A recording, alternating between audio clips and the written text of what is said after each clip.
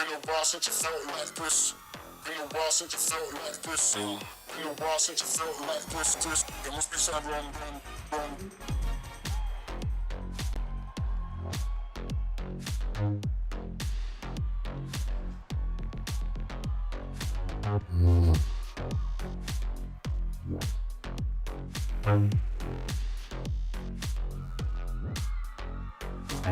Been a while since you felt like this. Been a while since you felt like this. Been a while since you felt like this. There must be something wrong. I guess I thought.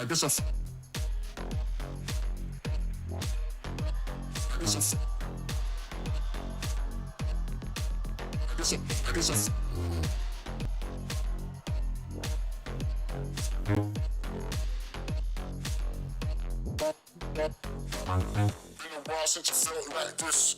Been a while since you felt like this. Been a while since you felt like this. There must be something wrong. I guess I found out. Been a while since you felt like this.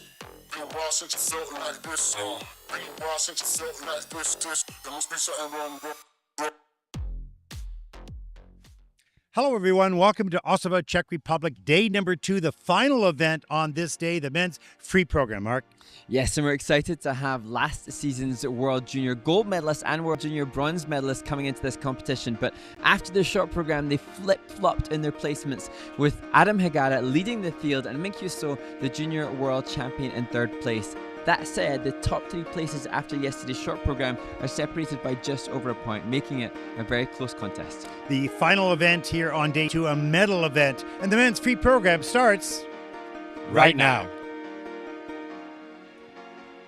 Well, there we go, Mark, and welcome back. We got that timed well. Welcome back to Ostrava, Czech Republic, the final event on day number 2 and week number 2 on the Junior Grand Prix. I'm Ted Part along with Mark Hanratty as we fly over the arena here. It's spectacular. It's an interesting building because it has an indoor track that's huge, and that's where the athletes are warming up off ice. And of course 2 rinks as well, and much more space as we are now live inside getting ready for the men's event. And as we look at the referees, the judges, and shortly the members of the technical panel, just thank you to those that have sent in more great questions. It's fascinating to hear from those of you that are watching, and amazing to hear the different questions that are posed. Some obviously from fans that are not as familiar with our sport, and then some who are obviously aficionados who want a little greater depth as we see the starting lineup for the men in the junior men free skate. Okay, is it an aficionado question or a rookie? What do we got? So the first question, a very technical one, which is from @Lucaz5. What is the qualifying score for Junior World Championships? And that has been another development and change this year amidst a few different tweaks and changes by the International Skating Union. And this year, across both the seniors and the juniors, there is a minimum technical element score to gain qualification for the Junior World Championships. And this year, unlike previous years, the skaters have to get a minimum technical element score total from both the short and the free skate. Previously, they had to have achieved a certain number individually in the short program and individually in the free skate. And now it's a combination of the two. And they can take it from different events. It doesn't have to be from one competition. Yeah. So yeah, they can comprise maybe if they have a wonderful short program with a really high technical score, say here in Ostrava, and then they go to another ISU recognized competition and achieve it in a couple of months' time in the free skate. Overall, is that higher than the It is higher. Yeah, it's a little bit higher. So they've given a bit more flexibility in taking it from whichever competition your highest short program and your highest free program scores are, and they add that together. So that's good. That's the good news. Bad news is that it's a little higher than it was last year. And so it's 80 points for the men. Their technical element score has to be 80 points across short program and free skate. And just to give context, for the World Senior Championships, the men have to achieve 104 points in their tech score across the short program and the free skate. Now, to those that don't know the sport and aren't as familiar with the sport, then that tech score, which we'll talk about in the Figure Skating Basics series, which will be released soon, comprises of the jumps, the spins, the step sequence, and the choreo sequence. And so we were talking earlier through the pairs event about some of the base values for different elements this year, again, another development in the communication for the scale of values, the values assigned to all of those elements, they have included quintuple jumps. That's cool. And that was, I think we said 14 and a half? You or 15 points for You took quintuple. a very, very deep breath before you started that final explanation. It was like, Here we go. Let's wind it up. Okay, what else we have here, Bert? So let's take it from that real technical analysis and really detailed answer to something of a completely different nature. What is the best type of tea and the best biscuit from Helen Marie _95? In life? Yeah. Free reign. You're watching the skating, you're watching the Junior Grand Prix, you put the kettle on, you have a cup of tea, what biscuit do you have? Okay, is that biscuit like a cookie? Oh yes, or what across, is it? yeah, cookie. Yes, cookie. Quite. Yeah, good point, because across different cultures, biscuit might mean different things. Isn't a biscuit a savoury thing? People are going to go, yeah, like, you know, like, shortbread is really nice, but I like, this is American, I'm sorry, it's so North American. I like the marshmallow puffs or whatever they are. I don't know. They have a little touch of jam with the marshmallow with chocolate on top. It's, you know, I shouldn't say that, but I do. I like it. Well, That's what it is. know, but I like a ginger snap as well, and I like a shortbread. I'd say a digestive biscuit. A digestive biscuit, but of course it would have to be a vegan one. Man, that's boring. Yeah, it's a bit boring, I suppose. Okay, I'll take it again. Simple. Thank you again to those that have sent in questions. This one is not necessarily a question. It's from @ellie.killercake. No question, just to thank you for the positive energy you bring to these events. Now, on that... Okay, that's go Ted. interesting. No, it's interesting. Are you going to say the same thing as me? I think we're going to both acknowledge what happened yesterday. Somebody had sent in a message or had spoken to people. I can't believe how you guys are so positive all the time. Like, it wasn't necessarily critical, but when you know a lot about skating, you want us to be a little bit more direct. Not you, but in case some people more critical, I would say that way. But we're honest, but we try to say that in a nice way. And skaters listen to us, and when there's 5 faults, there's 5 faults. There's nothing we can say about that. That's a nightmare performance. However, there are other aspects, and this really is, because we keep saying it, simply because it's true. What happens here negatively in regards to poor performances is a great value as you move down the road. We know that. We're not saying that to try to be nice to the athlete. We're saying that because that is absolutely the truth. You need to have the failures to have the successes. Sorry, Mark, is that what you were going to say? Absolutely, and you know, somebody had almost remarked about it was frustrating how positive we can be, but I think we're very mindful of the fact that each and every one of the performers will come off and potentially listen to this, as might their families and their friends, and I know very well from very personal experience that if the commentator chooses to rip me apart, it's not fun. No. And I don't want to be held responsible for that. And that's what's happening online. Nor is it fair. That's what's happening online, and we have a campaign for that. So we are not going to be agents for negativity, for presenting something that people already know in a negative tone. And actually, on that, somebody had tweeted me or sat next to me saying, "Oh, enough of the mentioning of the campaign of Shape Hearts yesterday." Somebody was obviously frustrated because I continued to mention our campaign of Shaping Hearts, which I get. Okay, maybe it was overzealous in my repetition of the same thing. But what has been interesting is the number of skaters at this event, following the introduction of that campaign, who have chosen to embrace the idea. And to me, that cements the reality that these skaters want to be spoken about positively. Not only what, they're getting stronger themselves, and so we don't accept that. We're going to be positive people and support our community. So that's part of the message. Anyways, that's done. We're moving on to the men's event. Let's get going.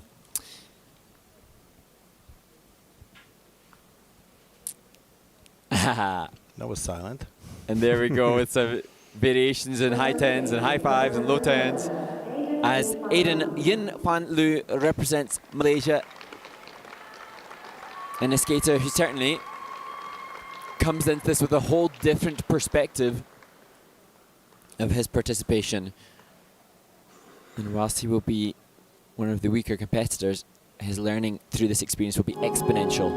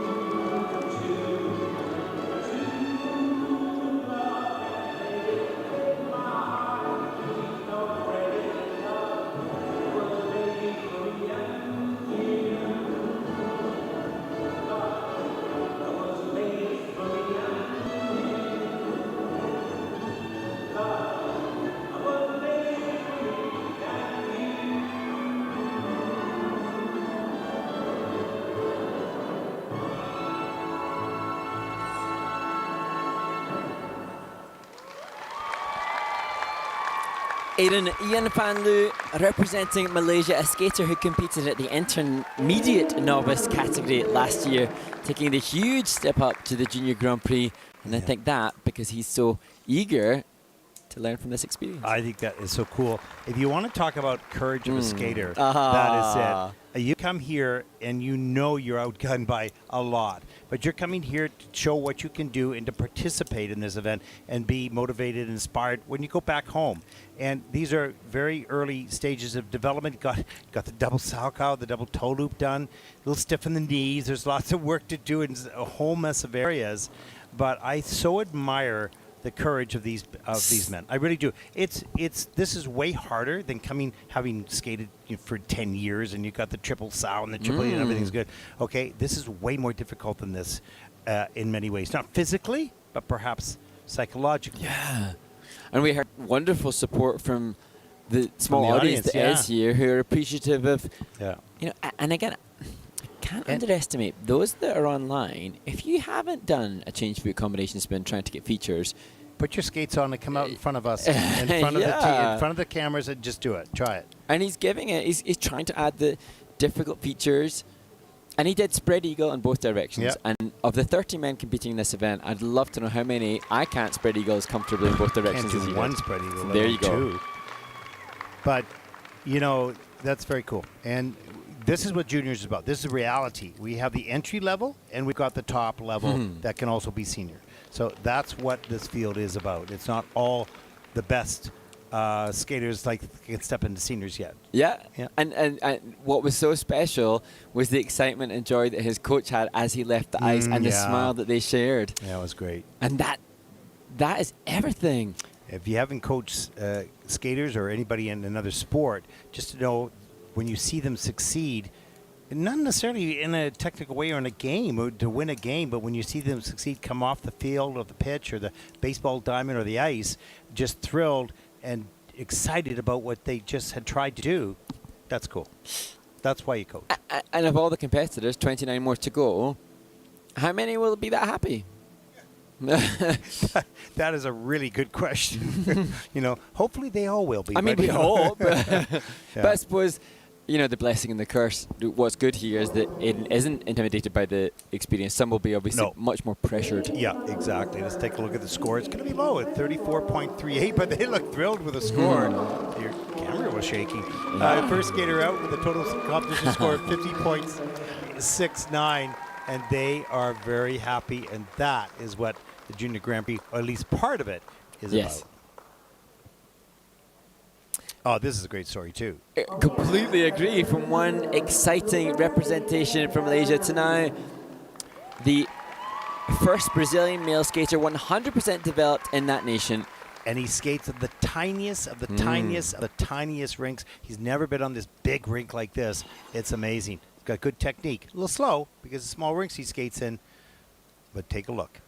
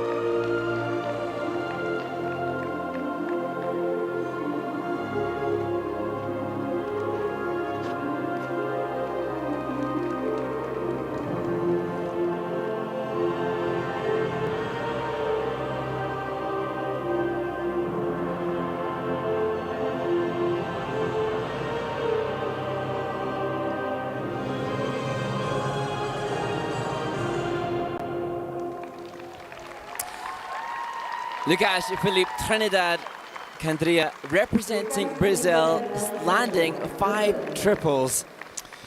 You know, this is a performance that I won't forget for a long time. Yeah. This young man skates in not even a quarter, maybe an eighth of this rink, if he's lucky, in a mall, probably with a post in the middle. Yeah. And that is a clean program with 5 triple jumps.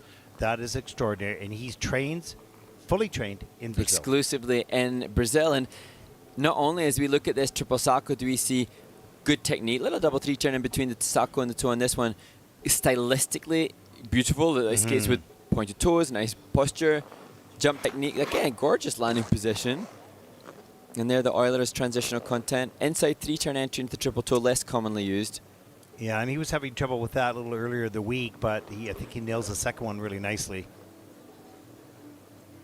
Really extraordinary, and really exciting to see that as these other countries are developing some of the skaters at home, it brings a whole new dimension to the sports. There's to see the second triple toe loop into a double axel. Wow, that's really fun. Yeah, and I mean, I love point to toe. I love the styles. It's not just a 5 triple skate. Yeah. And, you know, real kudos to Eduardo Eugenio Garcia, Eddie Garcia, who's listed as coach, who's obviously done an incredible job. And we've mentioned before that perhaps for the coaches who are not in environments where other skaters can be a visual demonstration, then they have to really inspire and motivate the skater to believe in the image that they have. And probably looking at the Junior Grand Prix or any other competitions online really helps as well. They study the film, and that is very smart. Big smile by this young man. That was a huge victory, personal victory for him and his country. And I've seen that he can do triple salchow, triple toe, so he can do triple combinations. Let's hope next year we see, if not again this year, Lucaz return with flip and loops. And just learning to skate with a little bit more speed of flow, but he has a small rink, tiny little rink.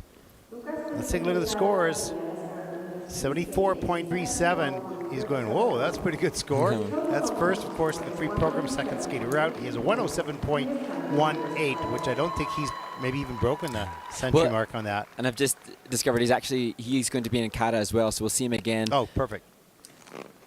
Got a little excited there. To kiss and cry. Got to learn the nuances of Junior Grand Prix skating. On the ice, representing Lithuania, Daiya Ebihara. And now to Daniel Korabelnik, a skater who competed last week in Riga, struggling in the short program, hoping for a better free skate here in Ostrava.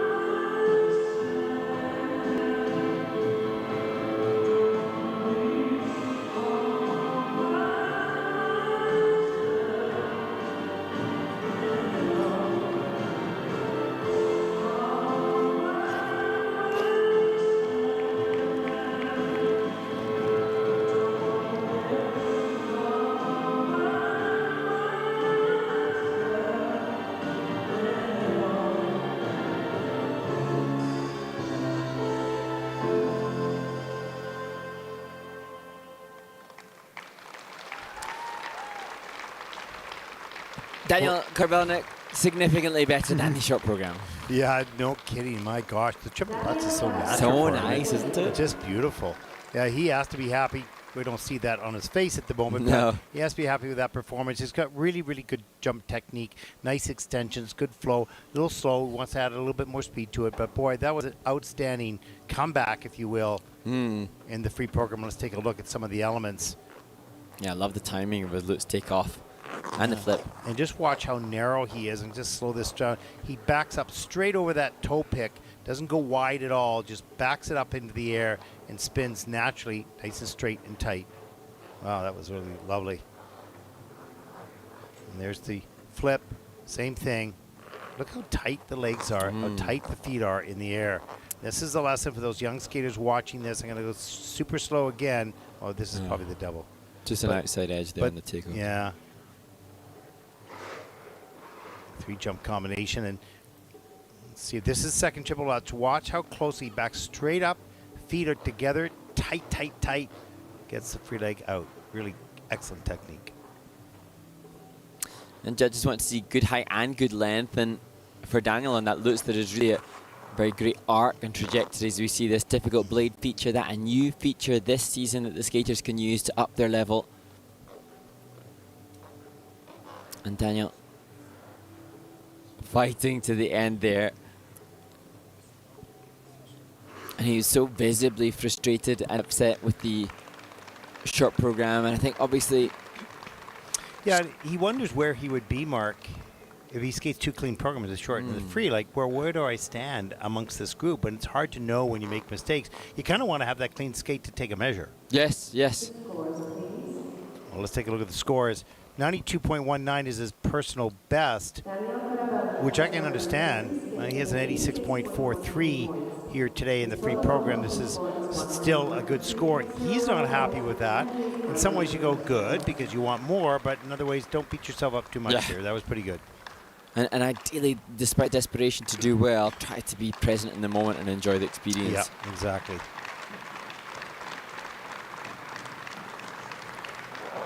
And now to Jan Valtera, the first of the Czech skaters. Born in Chicago, where he started skating at the age of 2.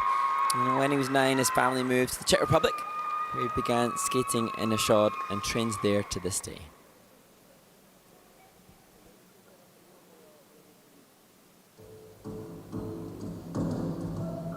Fly me to the moon, let me play among the stars.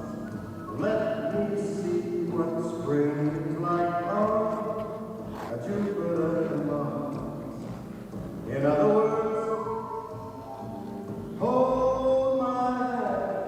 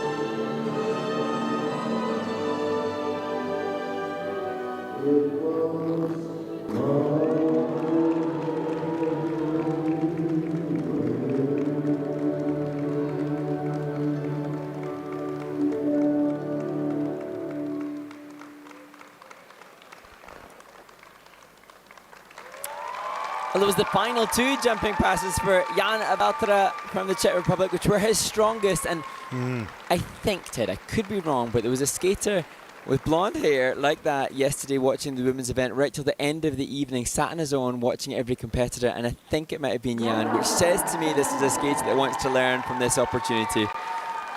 Well, let's make the story that's what it was. Yeah. That's awesome. And you can see he wears his heart on his sleeves, as most skaters do. A great effort at the end of the program to pull those jumps off. And, you know, he's breaking at the waist a little bit here and there, but watch here, the triple loop outside the circle, so he has to step out of that. And here is the triple Salchow. Hand goes down, but he forces himself up to get at the double toe loop. That's all. The triple toe loop a little bit later. It steps out of that as well. So a little bit of a rough go on the beginning of the program. And he starts to pull it together a little bit later. There's the triple Salchow, another hand down. And here is a nice triple loop, I believe. It took a long time, but he got it done. Up into the double axel. This is near the end of the program. Starts to warm up a little bit. Well, yeah, normally it's much harder as we see the final jump, the double axel. Much harder to stick the landings when your legs are so exhausted, but perhaps his legs had too much adrenaline and nervous energy for them to cope at the beginning of the program. Exactly. So hopefully he's going to be pleased with that presentation, and you can see him at the end making the effort to sort of connect with the theme and the music. Klara Pavlovichova. He's hamming it up in the kiss and cry. And rightly so. Absolutely enjoyed. This is his moment. This is their moment. Yeah. And like the Salchow, the toe of the loop, they all had good flow going in. You know, nice enough technique.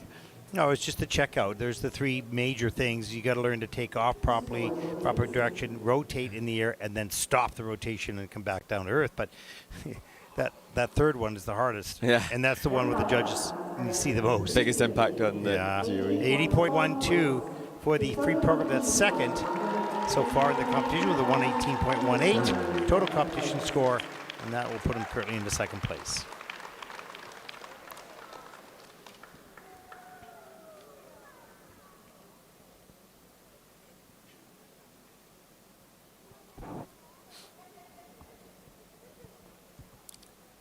On the ice, representing Italy, Edoardo Luigi. And now to the 14-year-old Italian, Edoardo Luigi Profaizer, a skater who I wrote down was one of the most connected with the judges in this short program. Has a lower technical score. But as he takes a big, deep sigh, hoping for a clean skate, starts with triple loop.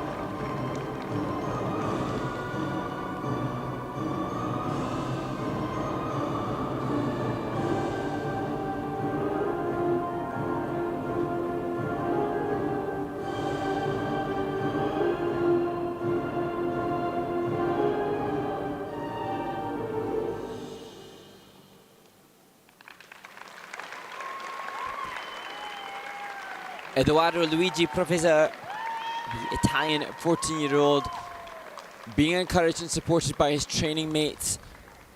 He trains at least part of the year in Bergamo, and so many of the skaters there will be training with him, and therefore he has a support network to help him following that difficult skate.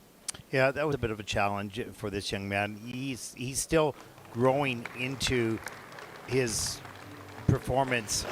He doesn't have yet the power, the strength to execute on a consistent basis the full difficult element list. But that'll come in time, obviously, as he grows and gains his strength.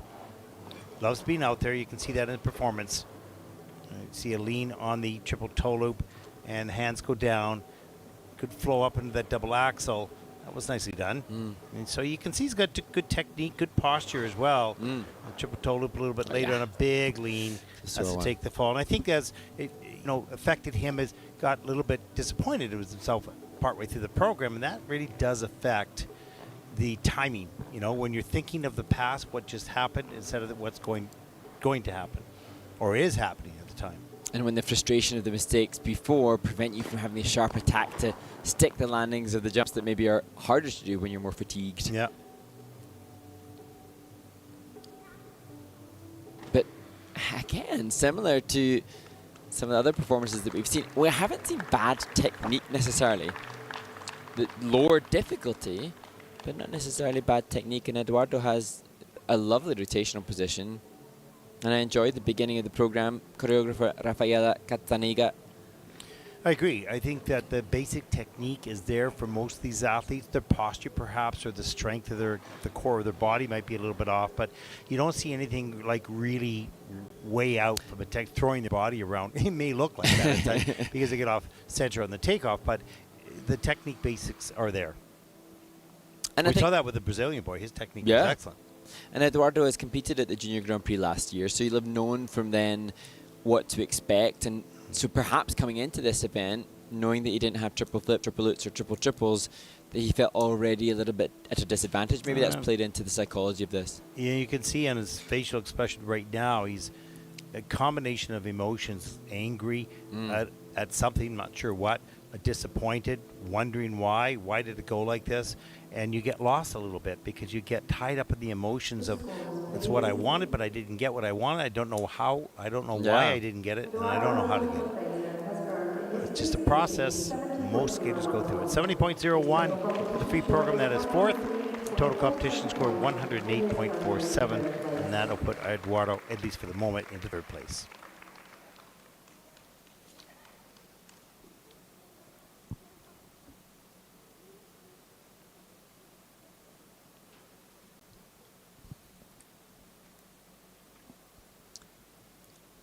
On the ice, representing Hungary, Kolos Rac.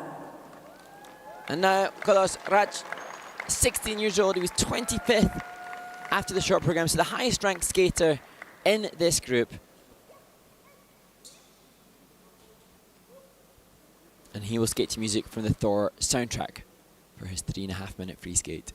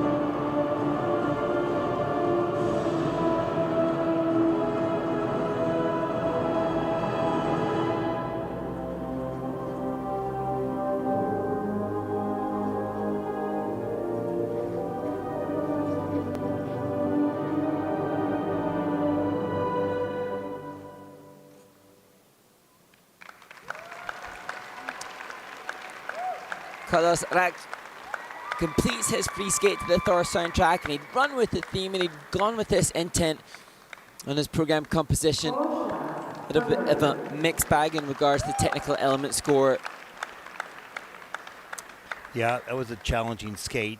His posture was starting to break down as he fatigued, and then the timing of the takeoffs. You can see him hanging his head a little bit coming off the ice, and you know, once your main body core starts to break on landings and twist around, I don't know how you say that. No. I really don't. And there's the triple salchow, gets around that, probably under-rotated. A little bit later in the program, hangs on to that landing. So he looked in pretty good condition at the beginning of the program. Then started to fatigue a little bit later. Things started to get a little bit sloppier. Yeah, the length of the takeoff edges not as long as that which we've seen from some of the other competitors, just wanting to inject increased flow through the takeoffs and then consequently through to the landings to boost that grade of execution. That said, Kolos competed at the Hungarian test skate and had a score of 76 in the free program there, so just giving us an indication of where Kolos is at.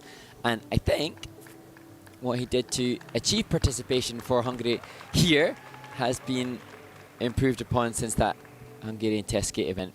And another skater who's going to greatly benefit from being here and watching the other competitors and going, okay, I skated, I see where I'm at, I see where they're at, I see the difference, now I'm going to get to work.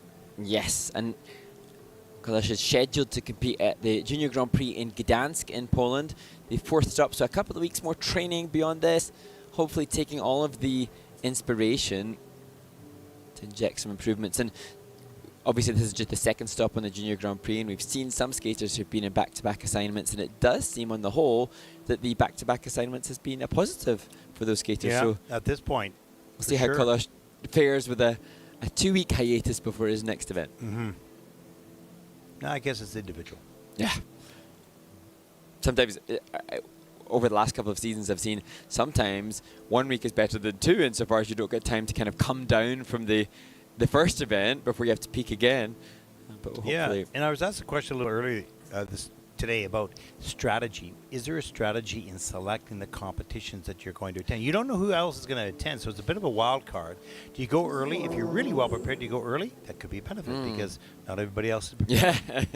Let's take a look at the scores for the free program. 78.73, and I think he just said no, it's not bad. And that's 3rd in the free program with a 118.47. That'll put Kolos currently into 2nd place.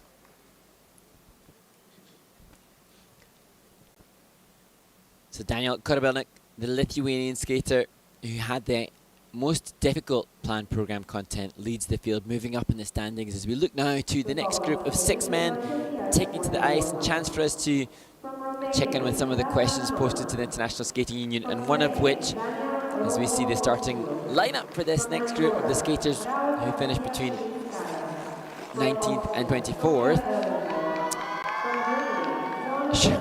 Someone at Women with Madness wants to ask, I want to ask Jason who his favourite female skater is. Now, I would really like to ask that question too, but I think Jason might be so polite and well-spoken that he wouldn't dare to give a favourite. Well, let's test him. Oi! I mean, come on. I mean, Yeah. He's committed to the... I think we get her to ask the question. Yes, we'll leave it in the capable hands of our viewers who have already posted the question. No. Other questions that have come in: how do families cope with the costs of coaching, ice, costumes, skates, and travel, etc.? Boy, that is a Really big good one. question with faceted answers, really, in many ways. How do they cope with it? It's a challenge. The difficulty in life is when you have a child and you want to provide them with everything you possibly, if you didn't have, or that you possibly can, you will go to the ends of the earth to give them what they're passionate about. That's good news on one hand, and it can be bad news on another hand, because it, is it healthy, number one, both physically and psychologically? Can the family do it within a reason, so that other siblings don't suffer? So these are all decisions the family has to make, of course. Yeah. But it is challenging. What happens is the parents usually end up really cutting back on many of the things that they would normally do as a family or as individuals, and putting those resources into the pursuit of a dream for the skaters. And it doesn't matter whether it's this sport or another sport. That's just kind of the way it goes if you don't have the financial resources. And, you know, the honesty, often the best policy, and there's no debate that this sport is a very expensive sport. It's widely acknowledged. But interestingly, when it comes to how do the families cope with the cost, the question from Kate Kenahan, I'm been in the sport a long time, and now there are parents of skaters who have maybe taught or known who have now retired, and I ask them, oh, do you miss it? And so often the parents will say, yes, we miss that time, despite the fact that often they will be at great financial expense to themselves. They miss seeing their child, they miss the adventure and the journey of pursuit. But you don't know that at the time. You don't know you're going to miss it. No. You just go, oh my gosh, this is really hard, right? So it's only later in life you don't. Got a great, not a question, but a comment. I've got two fascinating ones. The first I have to mention, just want to say, I always thought Ted was 30 years old based on his voice. Who's to know you aren't 30? Well, thank you. Yeah. Am I down to 25 now? No, I'm not 30 years old. That is for darn sure. But I feel that. I feel in my soul is that. I don't know, number is, but the number grows, so that's what it is. But thank you very much for that comment. It's very nice. And the next one, comedy value here, at Carling Tries. Mark, can you please reveal your curly hair routine? That's an interesting How about one. an electric socket? Does that work for you? I actually, okay, Ted, this is a revelation into the ice dance community. So when I was a single skater, I just had very short hair, as is the case for many. And then when I became an ice dancer, it was very fashionable and de jour at that time. Oh, yes. The male ice dancers would have long flowing locks. And so consequently, I would straighten my hair. It was dyed blonde and it was straight. And fortunately, social media and Instagram wasn't such a key part of life at that time, because there are some quite hilarious shots of me as a competitive ice dancer with long straight hair. Whereas now my son has amazing curly hair because he's a hockey skater, and that is fashionable in the hockey community. And so perhaps I'm just trying to take after my son. Okay, I'm going to reveal something that's kind of embarrassing, but I skated the 70s, Donald Cranston, Ron Shaver in that area in Canada, and it was the thing to have a perm in those days. So I don't know, Ellen Burke had convinced me to go have his perm. Your coach told you, and you followed what your coach said. And I'm going, I don't know about a perm, First of all, I had more hair in those days. But I'm going, I don't know about that. And oh, well, I sat in the chair and went, oh, my God. What have they done to me? It just doesn't match me. It's just not me. But, hairstyles and things like we were the first skaters to have mustaches. And that was like breaking the code, and how dare you wear a mustache when you skated. But interesting that, and perhaps I think I dare acknowledge now that the skaters are not allowed, that's not the correct choice of vocabulary.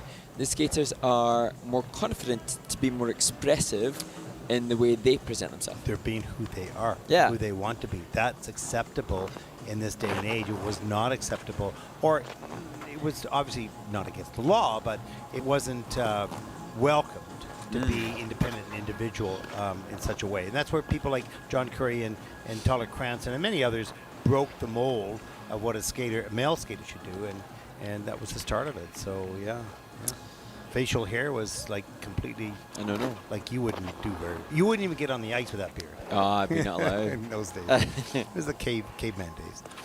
So we've got other questions, but I think we're coming to the tail end of this warm-up and a chance to just look ahead to what is to come and whether or not the skaters here can push towards. And don't forget, Jason Brown joining us now. How many more? We've got this group and another group. Two more groups. After this. And then Jason Brown will join us actually on a warm-up, and then ice resurfacing as well. So I think that's the way it goes. I think it's resurfacing. You're frowning. Okay. We'll tell you later. Jason Brown is joining. Don't go away. Exactly. It's the best message. Here we go. Ladies and gentlemen, representing Romania, Razvan Cionac. And now to the 15-year-old Razvan Cionac, the skater representing Romania. He included the triple flip in his short program and intends to include a triple Lutz as the starting element for his free skate.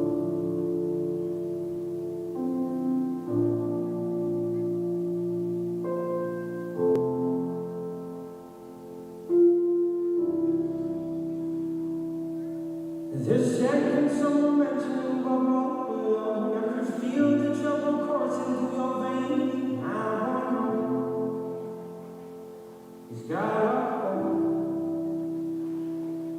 just a phone call up to Nancy that me sparkling up. These cigarettes won't stop me when I'm wearing. I won't let go. If you are alone, if you look into the distance, there's a house above the hill, guiding like a lighthouse. It's a place we hope we take to feel like grace, 'cause we've all made mistakes. If you flush it away, without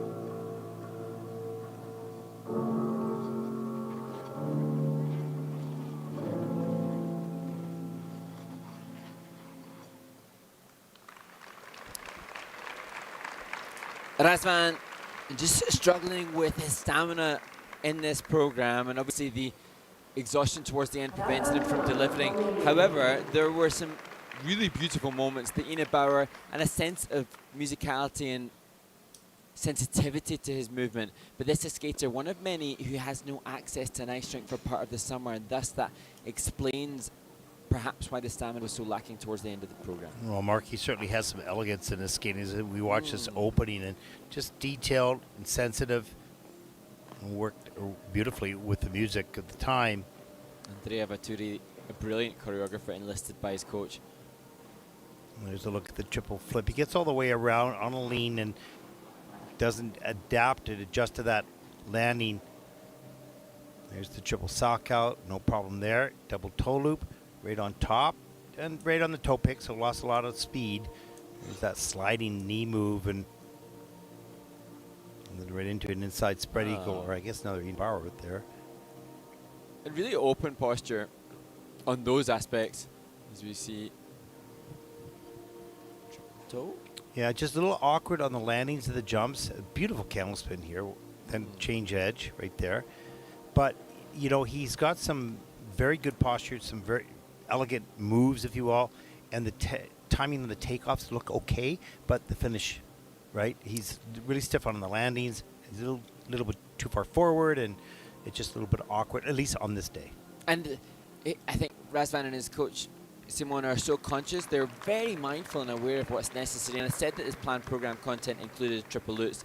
Obviously that wasn't the case, put a flip in, but they're obviously eager to push that tech score, having only had Salko and Toll last year. And I'll just be interested to see how the season progresses for Razvan, because if they don't have ice through the summer... Yeah, well, he comes here to this competition in August or September. Wow, that's not easy. No ice in the summertime.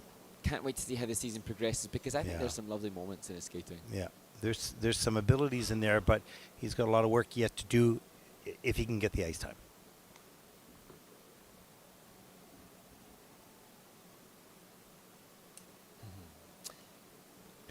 Razvan Cionac has earned in his free skating 71.44 for Razvan. That is fifth in the free program with a total competition score of 111.99, and that will put him currently into fourth place.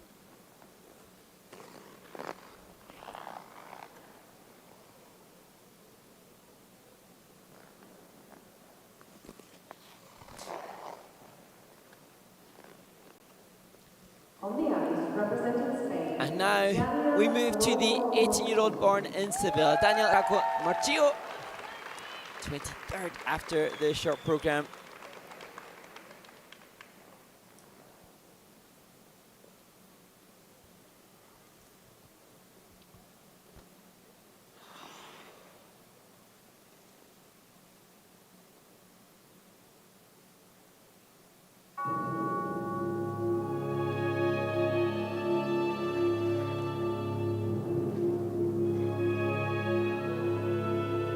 In each of us there are two natures. If this primitive duality of man, good and evil, can be housed in separate identities, life will be relieved of all that is unbearable. That these polar twins should be constantly striving.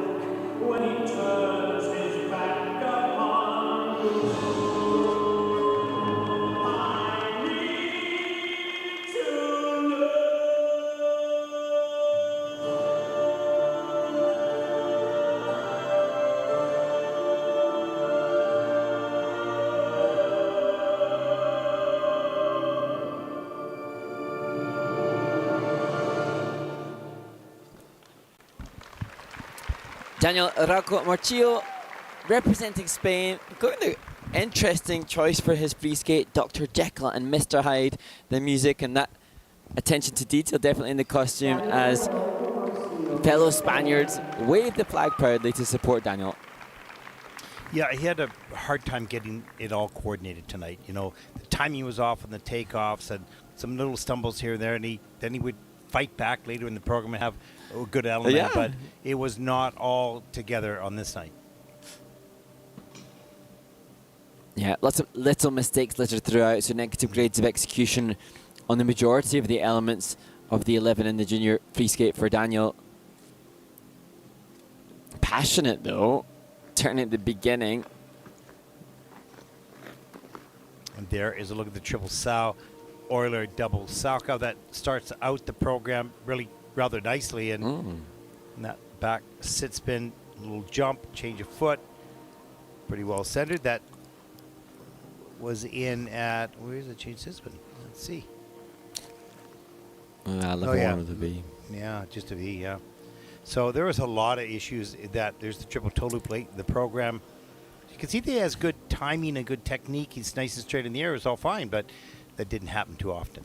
Yeah, and I think as I mentioned in the short program, Daniel and his family have really helped to pursue the dream of the extra education, and he's worked with so many greats this summer, including Javier Fernandez, the Spanish world champion, and you can see some of the influence of Javi in him with it regards to the characterization.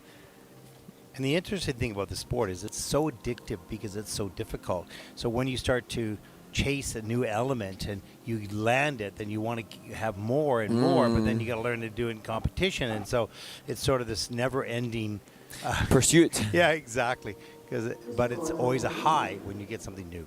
Let's take a look at the scores in the free program for Danielle. At 79.09, that is third of the free program. Total competition score, 119.68. And that'll put Danielle, for the moment, into second place.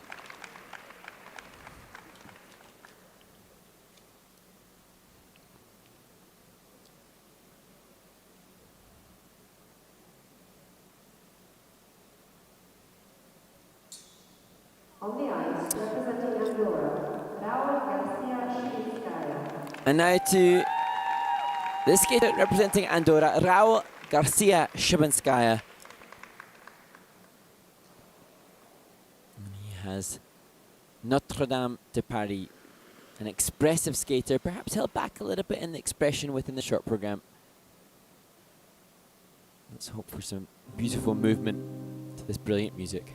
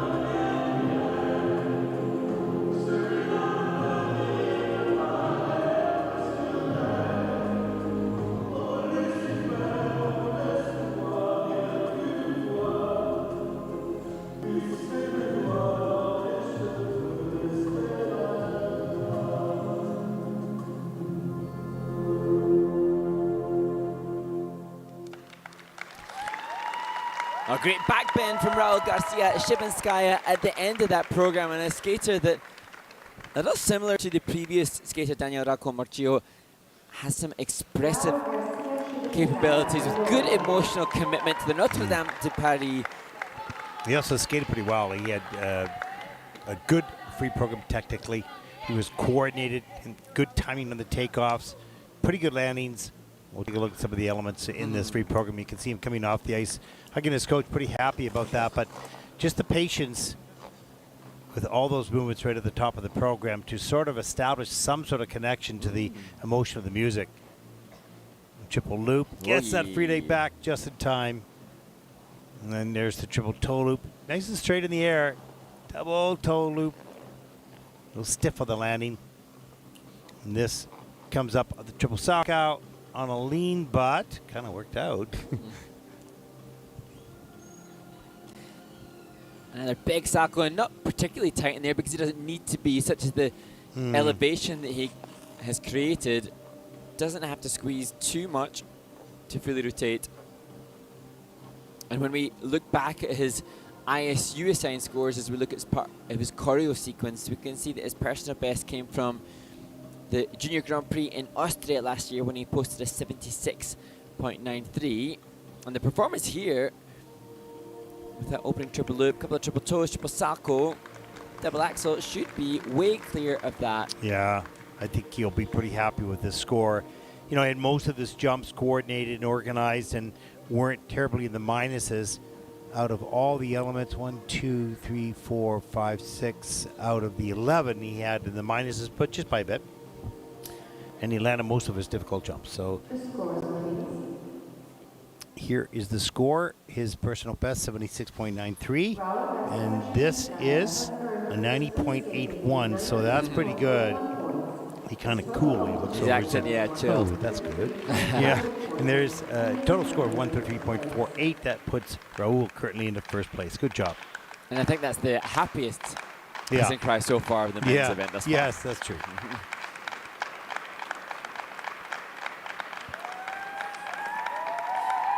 Well, who's up next? Well, the crowd's loving it as we welcome Tobia Oellerer, the Austrian high school student.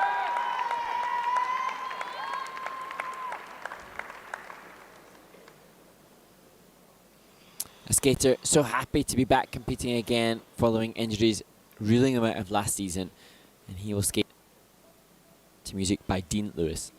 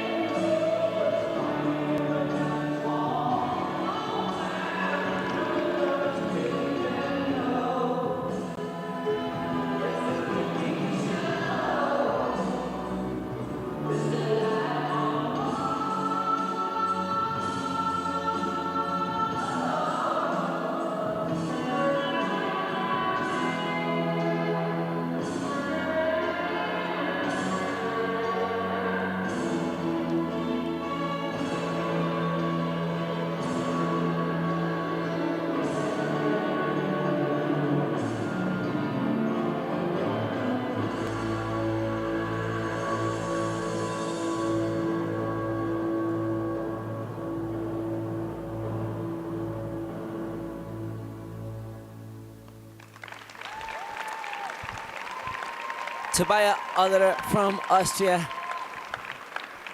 Skater born in Vienna. He'd explained that he spent much of this summer training with Eva Martinek and Victor Pfeiffer. And he was so focused on coming back from injury, which had ruled him out last season. Happy to be back competing again as Severin greets him off the ice. Chance to look back at sections of his free skate, which, as the astute listeners will realise, is not music by Dean Lewis, but indeed by David Bowie. And an interesting music choice for an 18-year-old, but one that suits Tobia as we see that really good double axel. Followed up by triple lutz double toe, with good speed. Deep edge set on the change edge of the spread eagle. Into the double knee slide and storytelling throughout, pushing some of the component scores. And the presentation component score, the highest of the three for Tobia, suggesting judges recognize that his expression was the strongest comparative to the skating skills. Set side feature, I think going for the 8 rotations as a secondary feature within that. Sorry, there's the set side feature, the broken leg, and continuation of the composition for the exit. And now, as all the judges' scores are finally input, you see components in the low 5s range. But hopefully, as the season progresses for Tobia and he gets more competition experience, having lost that season through injury, this will develop significantly and get him closer to the quality that he had back in 2022 when he was posting scores over the 100-point marker. Severin giving up on the creation of a different shaped heart. But good to see the coaching staff here, who seem really mindful of the human as well as the athlete. Yeah, we've seen that a lot with the coaches. It's Yes. really, and particularly in the juniors, because it's so important that they nurture the development of the person at the same time they're nurturing the development of the athlete, and that we see that generally in the juniors over the recent years, where especially as society starts to change and their time spent, the use of word choice, 83.24 for Tobia. That's third in the free program with a total competition score of 130.92. And that'll put Tobia currently into second place.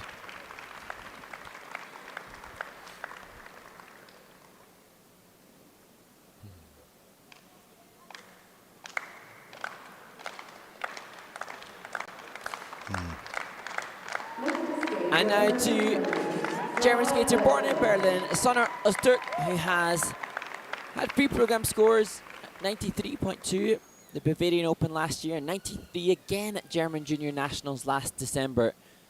So potentially, this could be a skater with ambitions of moving up significantly from his short program start position.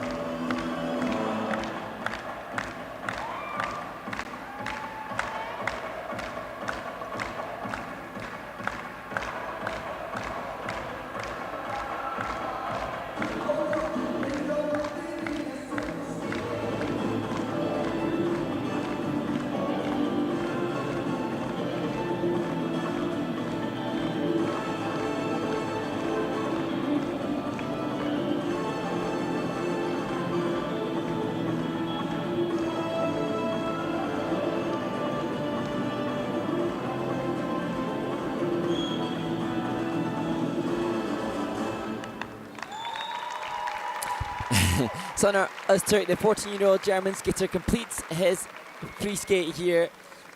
And perhaps just too much adrenaline earlier in the performance, just plaguing a little bit of the grade of execution. And again, another skater who appears to have settled. I felt last week in Riga, the skaters started stronger and then fizzled out. It seems to be the reverse in this event in Ostrava. Well, that happens when your short program doesn't go the way you want it to go, and you get motivated to redeem yourself in the free program. We've seen that a little bit here tonight. Here's the triple Lutz.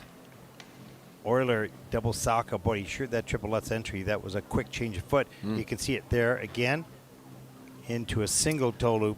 So he's a really quick rotator, but doesn't leave the ice by much. Yeah, and just you can see jumps that were not rotated with the volume of rotation as we'd hoped. That's amazing to see those butterflies in both directions. Cool, eh? Really Not easy. cool. Oh my goodness, so hard.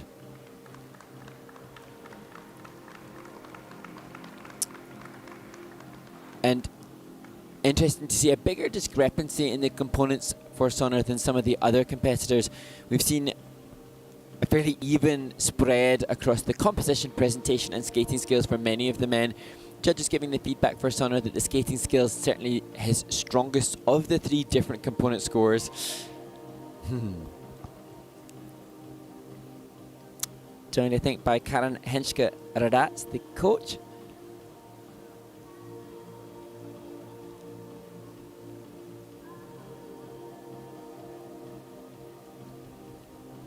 And technical panel, the three members of the technical panel just reviewing a couple of the elements. And it appears currently that he's only got 10 out of 11 elements Yeah, and looks input like into that. the system. Yeah. It's, you know, interesting that the energy of this building and of this event, it's funny because tonight the energy's down a little bit. Maybe that's just us. I think that's probably just us. But you could see, you know, you can get excited about your short program, then you've got the mountain to climb again with the free. And we can see the athletes sort of summarizing their whole event here, both short and free program, by the scores that will come up here and their placement as well. 85.82 for Sonner. That is third of the free program. The total competition score 136.32. That will put him currently in first place. And nod of approval on that. That's good. And there is a look at your top 5 skaters so far. Good to see Sonner giving the support. This should elevate the energy in this arena as we see There we go. the next Czech competitor. We can hear it in your voice and in the building. Jakub Tykal, another 14-year-old, takes to the ice.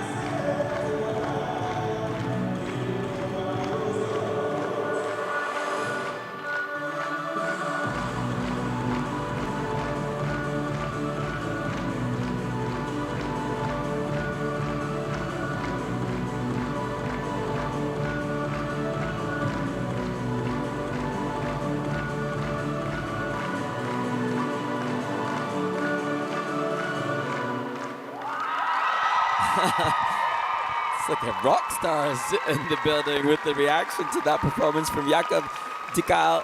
That's awesome. We could see many of his clubmates, as you see on the screen right now, standing and jumping and cheering during his performance. That was really delightful. He brought energy back to this building, and he was just completely focused and determined.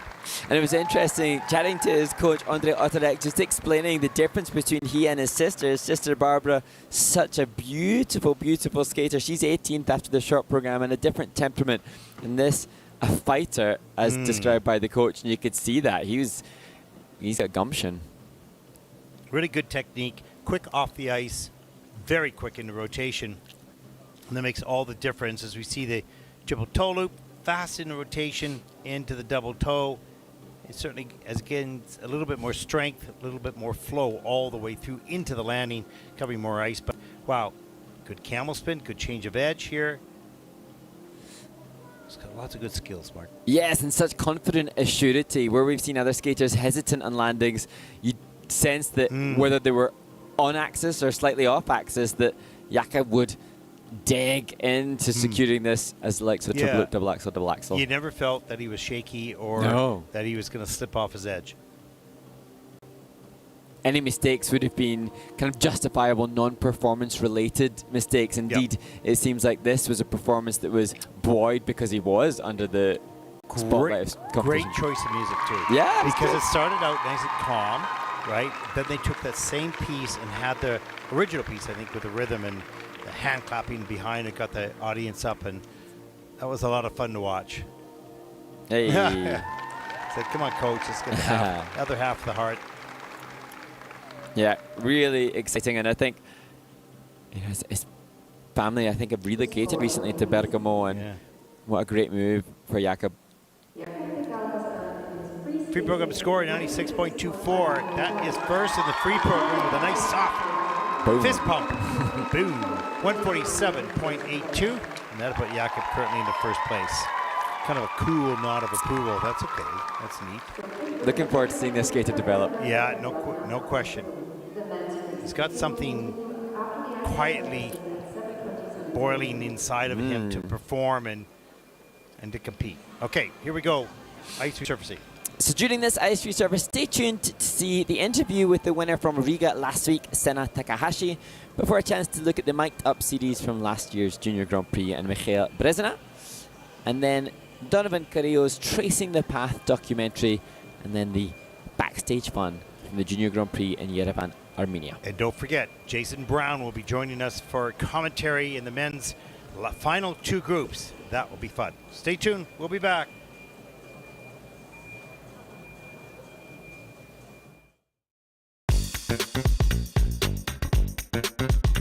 Sena, omedetou gozaimasu. Congratulations. Your first Junior Grand Prix, your win here. How do you feel? まさか優勝すると思ってなかったのですごく嬉しいです。 Fantastic, fantastic. So, you train alongside Mao Shimada and Ikuro Koshida, and we could see they were here supporting you. Is it an inspiration to have such great training mates? すごく素晴らしい人気をもらっているので感謝しながら頑張りたいです。 And we're interested to know what your next event will be. ポーランド The Junior Grand Prix in Gdansk in Poland. And do you have any goals for the rest of the season? 今シーズンは自分らしく今後も頑張りたいです。 Fantastic. So I'm going to try. I'll see if I can remember. Ganbatte kodasai. Ganbatte kodasai. Arigatou gozaimasu. ありがとうございます。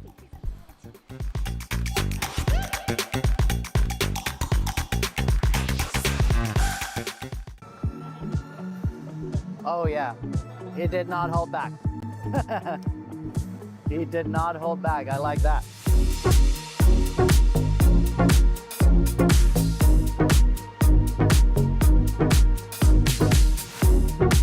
Oh yeah, the computer's frozen. Warm-up just finished. Do you want me to stay over there and get you when like the third skater comes? You wanna stay? Okay. No matter what you're doing, just stay on your feet and you'll be fine.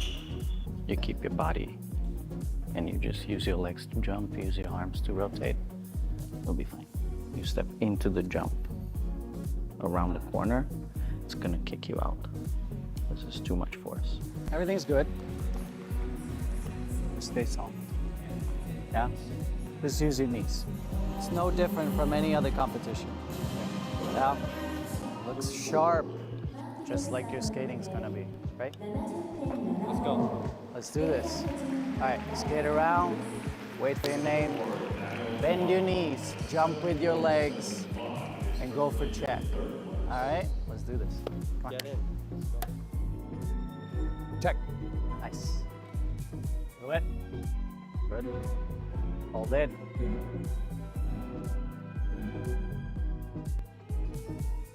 Oh, speed up, speed up. Lutz was super nice. Probably the best one I've seen from you in a while. Yeah? Yeah. All right. Good. Good start. Yeah, I like it.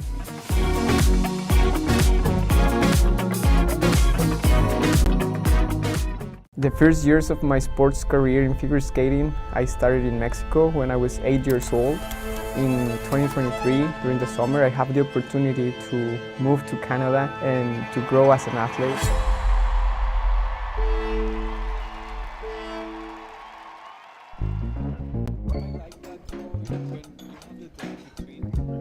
Hello everyone, I'm Donovan Carrillo, Mexican figure skater.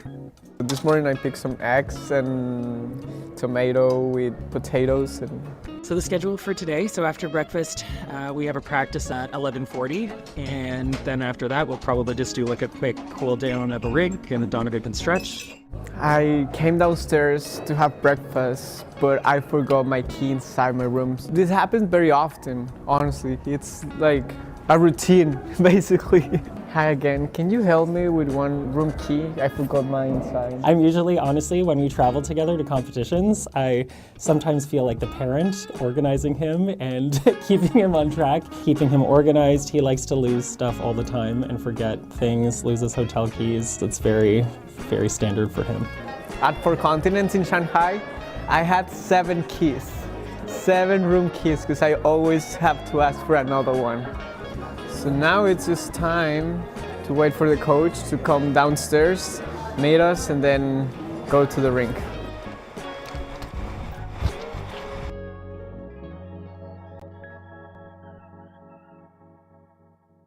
The first few years of my skating in Mexico were challenging.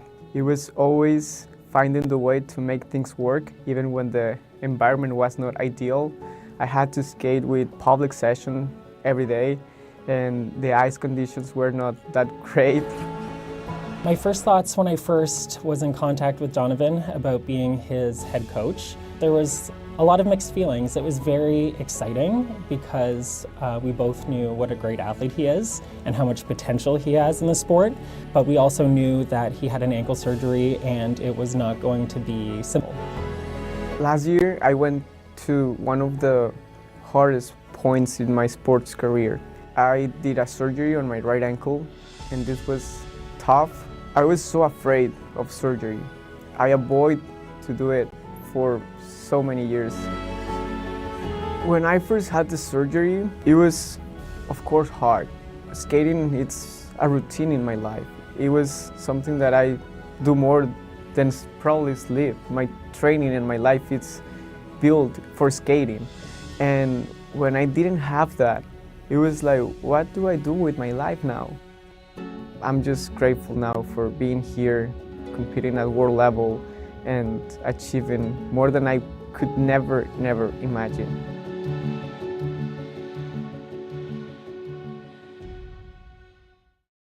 This week I got to meet Donovan's family, his mom, dad, and oldest sister. They don't really speak a lot of English, and I speak 0 Spanish, so it's a little bit complicated. It was really special for me. I feel like in some ways when Donovan moved to Toronto, I almost took on the parental role. I think every coach aspires to have, that meaningful connection. Muy feliz, muy contento, orgulloso del desempeño que tiene y lo más importante, que sigue amando a su nación, a México. Gracias, Jonathan. Gracias, Godoy. It was very special. I felt just such a huge sense of gratitude and respect and happiness from them. It's been a long process, but I think everything settled down when it counted the most. I'm just so incredibly proud of you. I think what we've achieved together is incredible. I think coming back from a surgery for any athlete is almost impossible.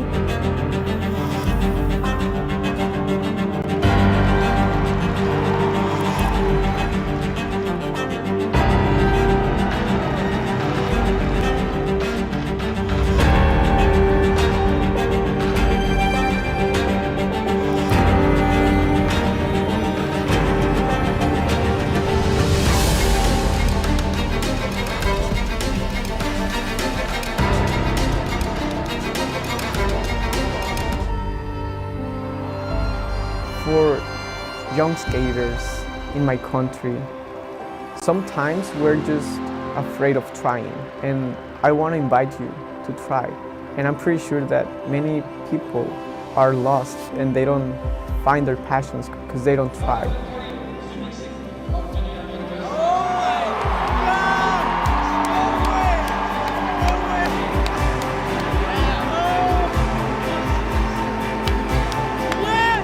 I want to invite you to try. It doesn't matter. Just have fun and give it a chance.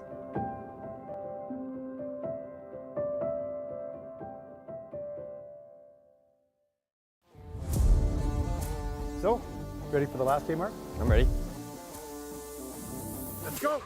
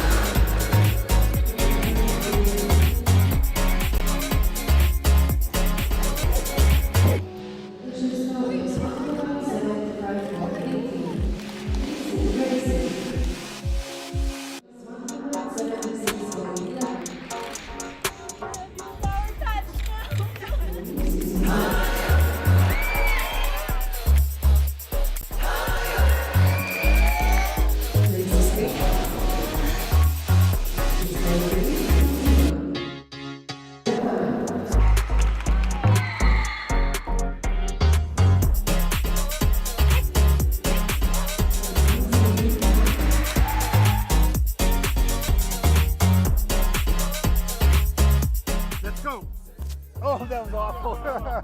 Let's go. That was pathetic.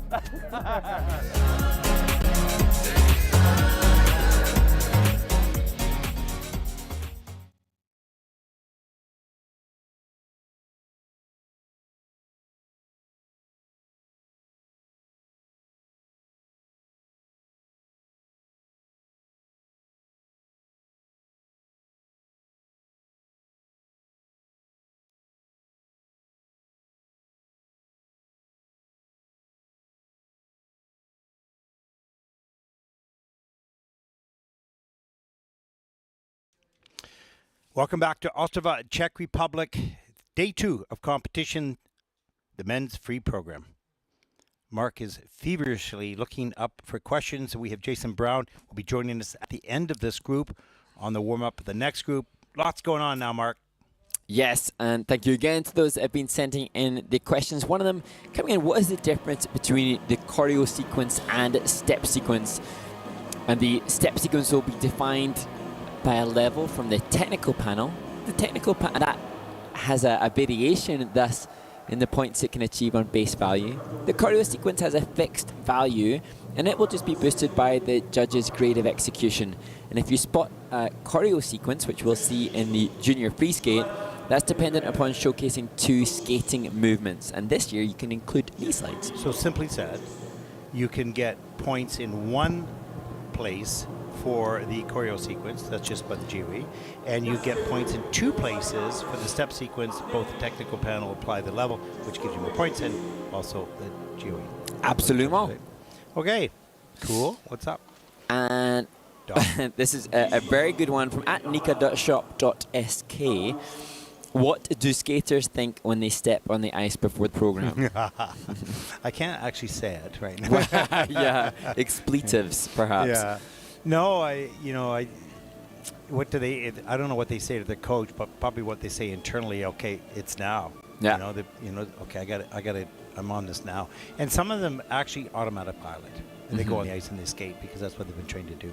So yeah, I don't know. It's fascinating to see the insight a little bit as we get the camera shots of the skaters when they part their coaches to the different approaches psychologically towards the performance. And I've got a friend who, when she goes out to perform in a show, is just chomping at the bit with excitement, desperately eager to go out.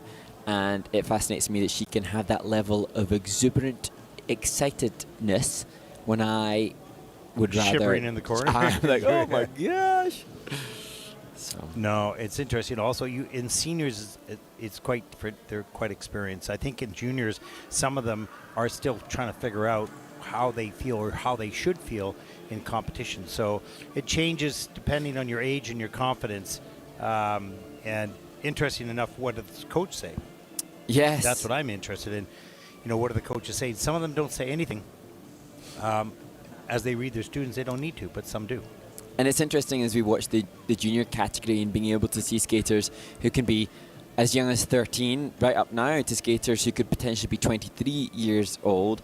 And I think as a vast generalization, and I'm making a sweeping statement here, but quite often it can be the case that the youngest skaters, the 13-year-olds, have that different perspective without the insecurities that an elder teenager may have. And I see, sometimes you can see some of the really young 13-year-olds going out there full of excitement and joy, and then sometimes we see some of the teenagers that are a little bit older going out with a whole host of heaped more anxieties because they're at a different stage in their life path, never mind their skating trajectory. I think from a coaching perspective, the young, less experienced coaches, because that was me when I first started, feel that the words that you say connects and you can control how the skater's going to skate and think. No. You can't do that. Too many words, they start turning out. So you have to choose the words wisely, choose the timing of the delivery of those words wisely. So it's so important because it's like a parent, the kid's going, I think my dad's mad. We'll give you the first clue, right? And it affects you. So you don't want to affect that skater negatively by being too one way or the other that he doesn't normally see, right? As we take a look at the start order for group number 3 on the ice. Mark, any questions? Yes, further questions coming in. Do you plan to do longer interviews with some of these skaters? And that's certainly something we're hoping to continue to develop through this Junior Grand Prix. I think, where we go from here, actually, I'm going on to Bangkok, and Mark is going to be doing the broadcast from his studio garage at home for the next 3 competitions. So I think I'm going to be doing some interviews during the practice sessions. Some of the skaters who are coming from countries that are really non-skating countries and talking to them about their journey so far in it. So we'll be doing some interviews there. And then, of course, traditionally the ones for the winners. And we'll do the must-watch kind of, remotely. You're going to be there and I'm going to be here and, I don't know how it's all going to work, but it'll work. We'll leave part of that in the capable hands of those on the team here working for the International Skating Union. A next question from @greeneyed_Valerie. Must-watch programs for the ice skating fans out there. Okay, Ted. A man, a woman, a pair, and a dance team. Go. Like in time? Or this event? No, I think in a must-watch over the history of our sport. Well, you have to watch Tobia and you have to understand when you watch Tobia 1984 Sarajevo Olympics that you put in mind that what they did then, it had never been done. It simply captivated everyone, no matter whether you liked skating or you didn't like skating, because they wrote a poem. They wrote a book in 4 minutes on the ice that no one had experienced the emotion and the feeling of that. It was just pretty amazing. So I think that's one of them. I think that okay, you pick one now. I gotta think. Interestingly, I was going to reference, still whilst on the ice dance, the program again choreographed by Christopher Dean, but Isabelle and Paul Duchesne, yes, their Missing performance, Yeah, which I think was done in front of a home audience, and it is quite an incredibly rousing performance. And I think often some of the most memorable performances are those that are done in front of a home audience, because the energy in the arena just gives a goosebump electric vibe. Yeah, and I think this is not just a performance, but this is sort of a moment. If you watch the Battle of the Bryans back in 1988, where Brian Boitano and Brian Orser being at home in Calgary for the Olympic Games, and having the shot to take the gold medal, of which a Canadian man has never won the gold medal, and Brian Boitano simply skating flawlessly in that day. Brian Orser's program today probably may have beaten Boitano's because of the degree of difficulty. He had way more transitions than Brian. Brian was statuesque and was beautiful. I love his skating, no question. But it was that system, and so one little flaw. Anyways, that's a scenario, not necessarily just a program. So if I were to think of a men's performance, it's difficult, because when there are so many incredible performances, I'm going to give you two of very, very different reasons. One being that of John Curry. So those of you new to the sport, he's the 1976 Olympic champion who skated with a refinement and elegance that has perhaps never been matched. And then to that of Ilya Malinin at the Montreal World Championships 6 months ago, because that had a technical prowess that has certainly never been matched. I mean, it's not long since it happened. I would go back to Nathan Chen in Saitama as well. I mean, he was, incredible. Yeah. And his performance level was a little bit more mature than Ilya is at the moment. I'm not saying anything bad about Ilya. He's still in his ascent. He's still climbing, right? So, but Nathan Chen was very much like Ilya in fact that he mastered all the quads, but then he went deeper into performance, and it was really, and he's a fierce competitor. So, yeah. Okay, we can stop yapping. What up now? You have another question, or? Yes, other questions that have come in. What are the rules around nationality of skaters in ice dance in order to represent a country? Well, I think that if you're change countries, it could be. So it could in part be in regards to when you have a dance team representing a country from which only one half of the team is originating from. So for me, I represented Great Britain at World Championships, but my partner was American. We couldn't compete at the Olympic Games because for that event, both members of the team have to have the residency and passport for the respective nation they aspire to represent. There are other instances of ice dancers who comprise of different nations that have maybe represented one nation and then switch partners and elect to represent their new partner's country, and they cannot do that unless they've been released by their federation, and also they have to have a year out of competition. Okay. So if somebody competes at this event in Ostrava on the 6th of September, representing the Czech Republic, and then forms a new partnership and wants to represent Azerbaijan next year, they can't do that till they've been released, and not till the 7th of September 2025. Okay, and I'm going to go back to the men's performance. Oh, I'm going to mention Jason Brown. Oh, yeah, because that's called sucking up. No, it is not, because he creates magic on ice. It may not win an Olympic medal or a world medal, but he wins the hearts of his fans.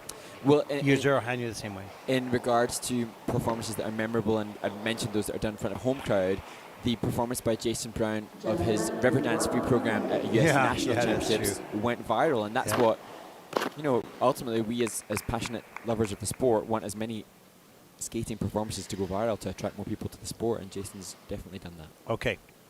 We have now officially filled the warm-up time of group number 3. Okay, here we go. And at the end of this group, as we warm up group number 4, Jason Brown will be joining us from Toronto. looking forward to that. On the ice, representing Poland, Okay. Jakub Lofek. So the current leader, Jakub Tykal, this skater, Jakub Lofek, 18-year-old from Poland, and 18th after his short program performance yesterday.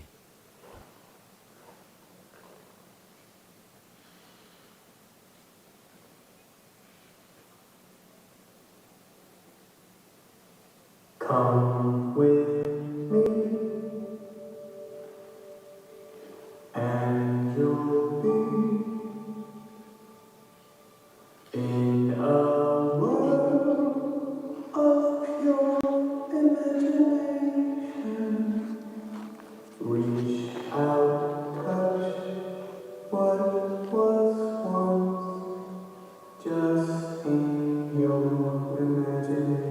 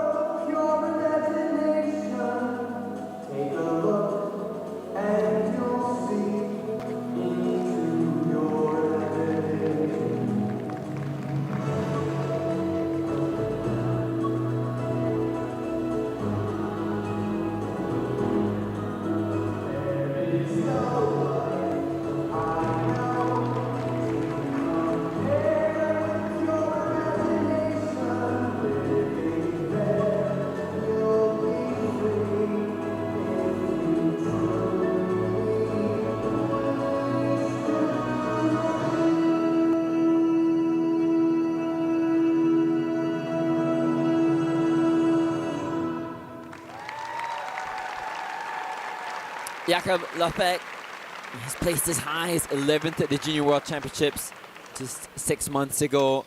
He's really athletic, and he has a flair for performance as well. Made a lot of, well, not a lot, but he made a number of mistakes here, popping some triples into double. That'll be costly. Yeah, and I remember so vividly is mini the Mucho free skate last year, which was just so energetic. And I think this Wonka free skate, a really good vehicle for the skater, but of course, as you see him gesture towards the ice, acknowledging that the mistakes on the tech score will be costly. Yeah, it's early on in the season for this young man. It doesn't look like he's in tip-top shape at this moment, or competitive shape. Yeah. As we take a look at the triple loop, that was nice. He's very, very strong, and he's quick off the ice, but his timing was a little bit off in some of the elements. You can see the triple lutz double toe. He meant to put the triple on the back end there. Another triple Lutz. The same one. I think I pushed the button twice. This is cool. Amazing. Not sure if that was fully intentional, but it looked like a bit of a rollover there, but made it work. And Jakub explained that he went to watch the Wonka movie and the music kept returning to him, hence this choice as we see the takeoff for the triple salto. Yeah, I think the costume works beautifully with the musical theme, and he just has sort of that swag of Willy Wonka. So, you know. And he looks engaged, and it's not always the case that all of the men stay so engaged and committed to the presentation and composition of their free skate, but he absolutely does. Not at this event using the triple axel, although it was listed in his planned program content for both the short and the free skate. So perhaps this week in training it hasn't been comfortable enough for him to go for it, but good to know that it's intended for the rest of the season. Had a great junior worlds, 75.55 in the short there, which is fantastic, and 123.49 in the free skate. Yeah, he was on fire, and if he continued that pathway, which he might very well a little bit later in the season, he's got some great skills and will challenge in the juniors at least. 110.58. That is first in the free program so far with the total competition score 162.62, and that puts Jakub Lofek from Poland currently into first place.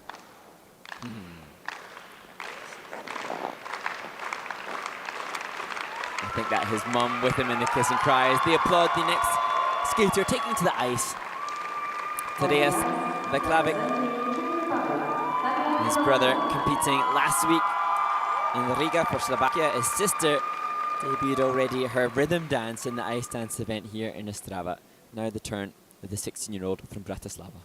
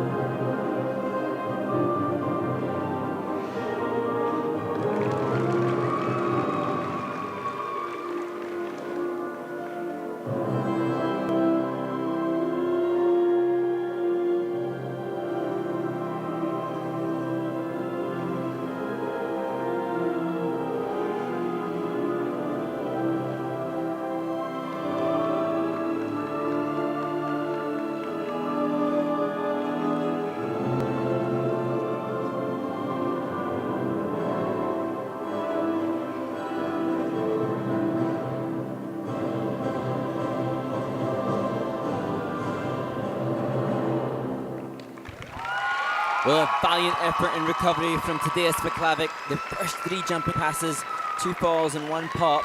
And managed to salvage as actually the current second place skater from the same nation cheers him on, Jakub Tykal.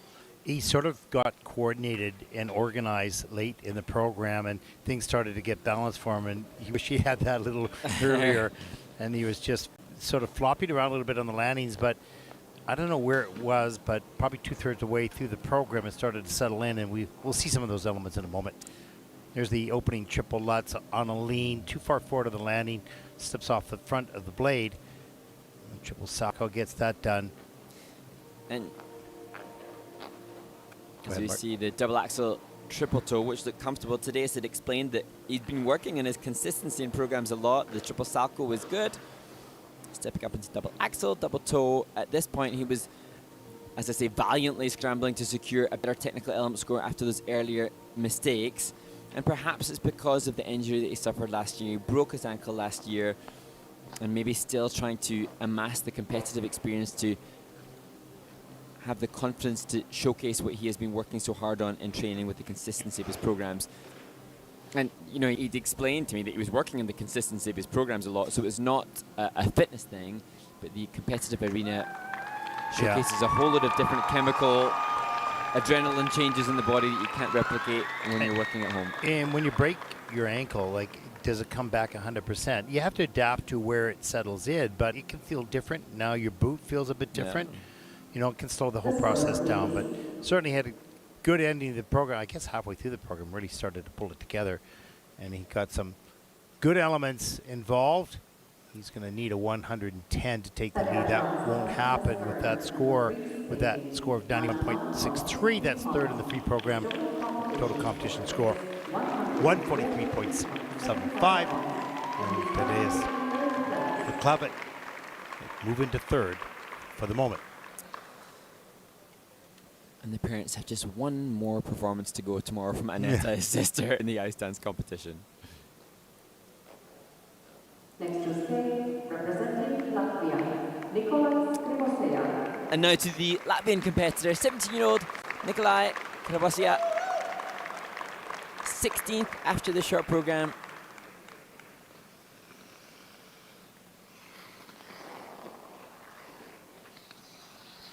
And he will skate to Man in Black Mix by Danny Elfman.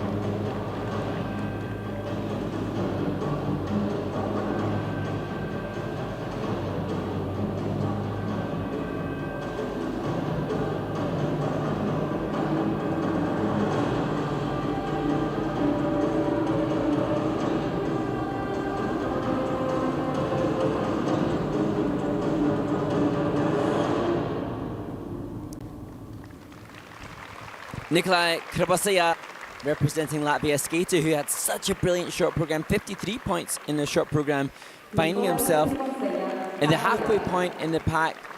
Perhaps the lower technical element score shows some more of his vulnerabilities in the free skate. Yeah, it's interesting. Some of the earlier skaters had a much better skate than we're seeing at this stage of the competition. It doesn't result necessarily in massive leaps because the distance between the skaters in the short program point-wise probably was too wide, but we've seen better programs a little earlier on. Here's the triple sow double loop, and you can see in the air the legs are not straight and tight. Same thing with that double axel, but he's strong enough to get it done anyways. That's the benefit. But these are triples and doubles, not quads. And if you're going to do a quad off that, you're probably not going to get around. You're going to need to be really straight, strong, and tight. Much more. There's a double axel. And those legs are just a little, the feet are a little bit apart in the air. Slower rotation. And there's the camel spin into sort of side sit spin. A really cool variation on the body position. Yeah. And I was impressed with Nikolaj's comfort in doing the double loop combinations. For those less familiar with the sport, so much more difficult to do a double loop as the second part of a combination than to do a double toe loop. And yet, obviously, something that Nikolaj is comfortable and more comfortable with. And the reason it is more difficult is because you're landing on the same foot you're going to take off of. And that has to be very, very quick. If you're doing the toe pick off that, you can land on your right leg and pick with your left, so you're using both legs to help you get up into the air as opposed to just one. So it is, and the edge is a little bit more risky. But yeah, less room for error in those jump combos as he awaits his score.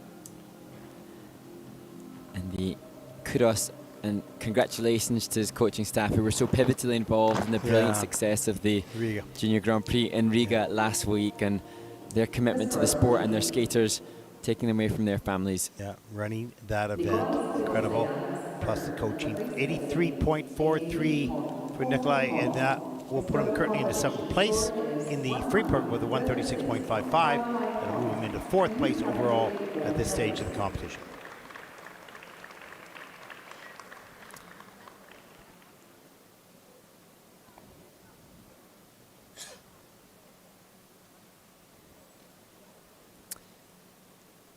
Next to skate, representing Slovakia. Now to the first of the Slovakian competitors in this men's event, Dmitry Rudenko. And Dmitry will skate to the brilliant Iris by the Goo Goo Dolls.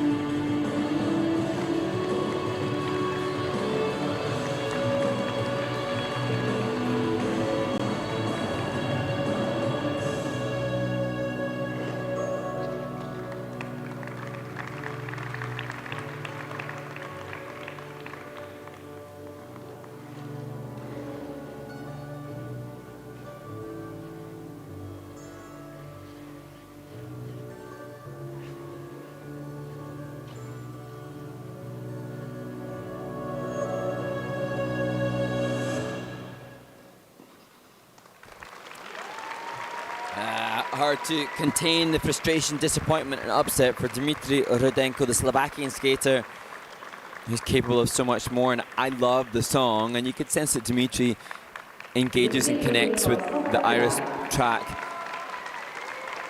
You know, having strength is a blessing and a curse. Oh, yeah. It all depends how to use it. When you start to get fatigued and your brain starts to go, okay, you got to use more muscle, just huck yourself or whatever. You start to pull, yank, and twist your body around, and you lose your timing and your technique a little bit. And I think that's what happened a little bit here in the free program for Dmitry. And he's strong and he has good technique, but he wasn't in top shape here. But it's early in the season. There's the triple Lutz. Even though he's not very tight in the air, he's able to land it. He's strong enough. There's the triple flip. That was a lot better. Straighter back. Strong back on the landing. So important. Triple toe loop. And a little loopy in the air. You can see space between his legs, which means he's a larger body mass in the air. Going to rotate slower. It's going to be tough to open up. And he had that double axel triple toe plan at the beginning, followed by the triple lutz combination. And when neither of those worked, you sensed the frustration creeping in and then impacting consequently on the remaining elements, which is understandable. Just a lesson to be learned, of course. And we talked about that early development skill of learning how to rotate. Many machines teach young children how to get tight and comfortable in the air. And for a skater, for all you young skaters out there, how tight can you get your legs? How straight and strong can you get your body? Because once you learn that and feel comfortable turning in the air, those triples will feel like nothing, in time.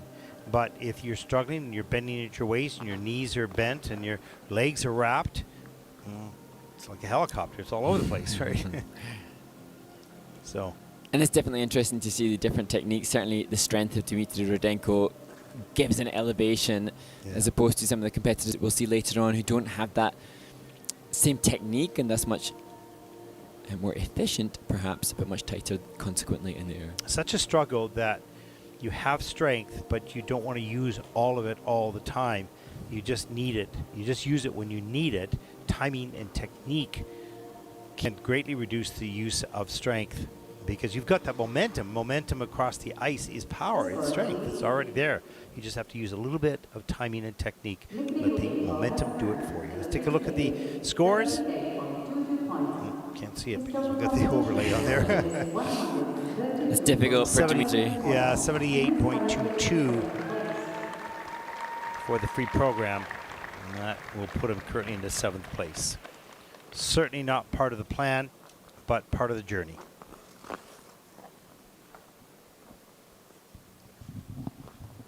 On the ice, representing Belgium, Denis Kruglov.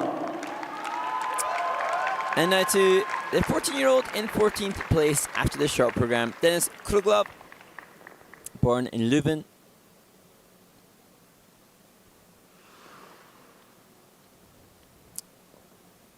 And he will skate to music by Robbie Williams.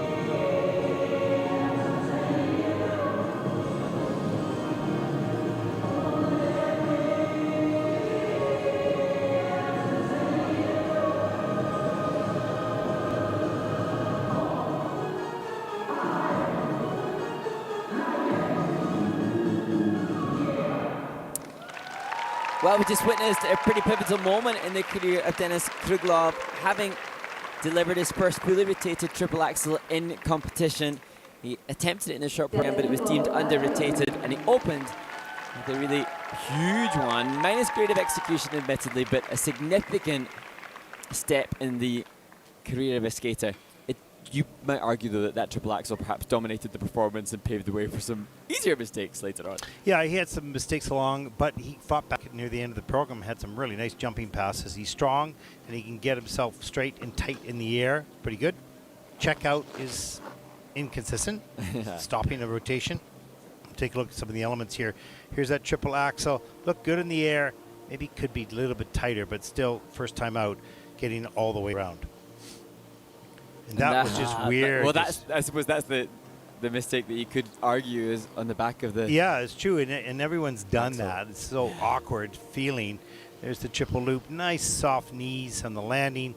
That's good. He wants to straighten the back up, stretch the arms out, put the hands in alignment with the arms. Little details like that, which skaters hate to have to deal with, but it's so important, particularly as you're planning to go to senior. And we so often reference the age change criteria in the women's discipline, but Denis, at 14 years of age, will be able to enjoy watching develop as a junior as we see him launch into a big triple loop double axel. Nice.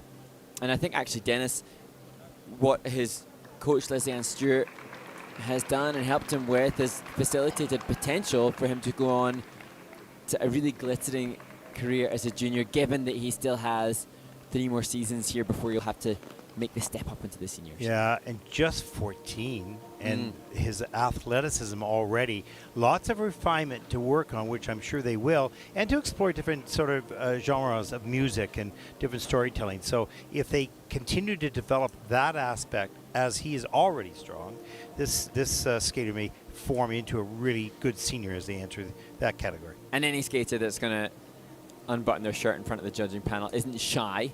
And so Somebody did? Yeah, kind of opened his shirt up, giving it, rolled up his sleeves. I think he even stuck his tongue out a little bit. I was paying attention. Huh? Jeez, I didn't see that. Okay, here we go. The score is 109.88. For the pre-program. Total competition score. Well, we can't actually read it. Where is it? 164.80. Oh, yeah, there he is. He's on top. Yeah, I'm going. That's great. That's awesome. We have an overlay on our screen right now, so it's blocking some of the results. Okay, the final skater in this group, and then Jason Brown will be joining us on the warm-up of the next group. And onto the ice, we welcome Furkan Emre Incel, 17-year-old, 13th after the short program. And he intends to start his free skate with a triple toe to music from La La Land.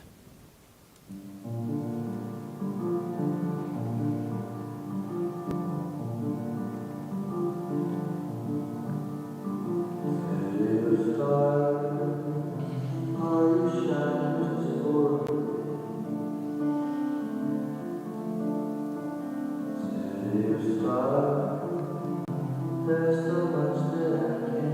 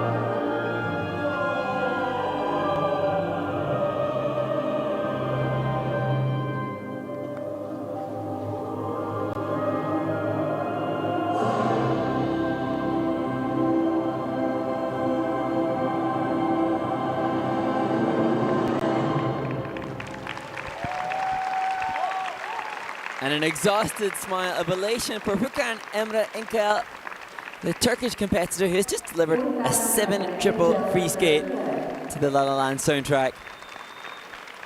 And we saw him last year in Istanbul at the Junior Grand Prix in Turkey, having a similar success and showcasing some consistency as he leaves the ice with a big smile as his coaches excitedly greet him.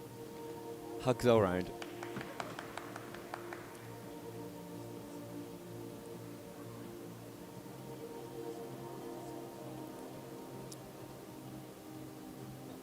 And Furkan will be eyeing participation at the Junior World Championships as he waves in the big Jumbotron here in this arena in Ostrava.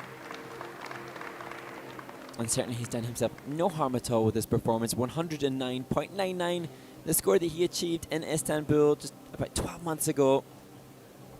And some improved skating skills will bolster these program components to help him surpass that.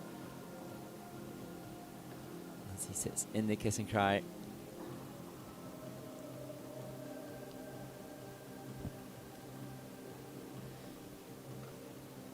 And as the technical panel just reviews some of the elements, we can see an edge call assigned to the first triple lutz, which is an exclamation mark in regard to the second. So tech panel obviously satisfied that the second triple lutz came off a better edge, and that has consequently moved the total score down a little bit lower, but still looking positive for Furkan to achieve a personal best here as he starts his 2024 Junior Grand Prix campaign. 109.99. He's targeted that, and he's going to beat that with that performance. You can see the joy coming off the ice, and it's so nice. And you mentioned about the development of skating in Turkey and all the support that they're getting around the fans and the growth of the sport. The numbers are growing in Turkey. And it's so nice to see a little success here.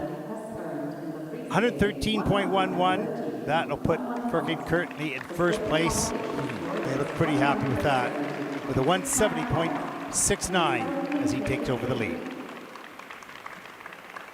Pretty calm in the kiss and cry. Yeah, they're chill. That's pretty cool. We expected that.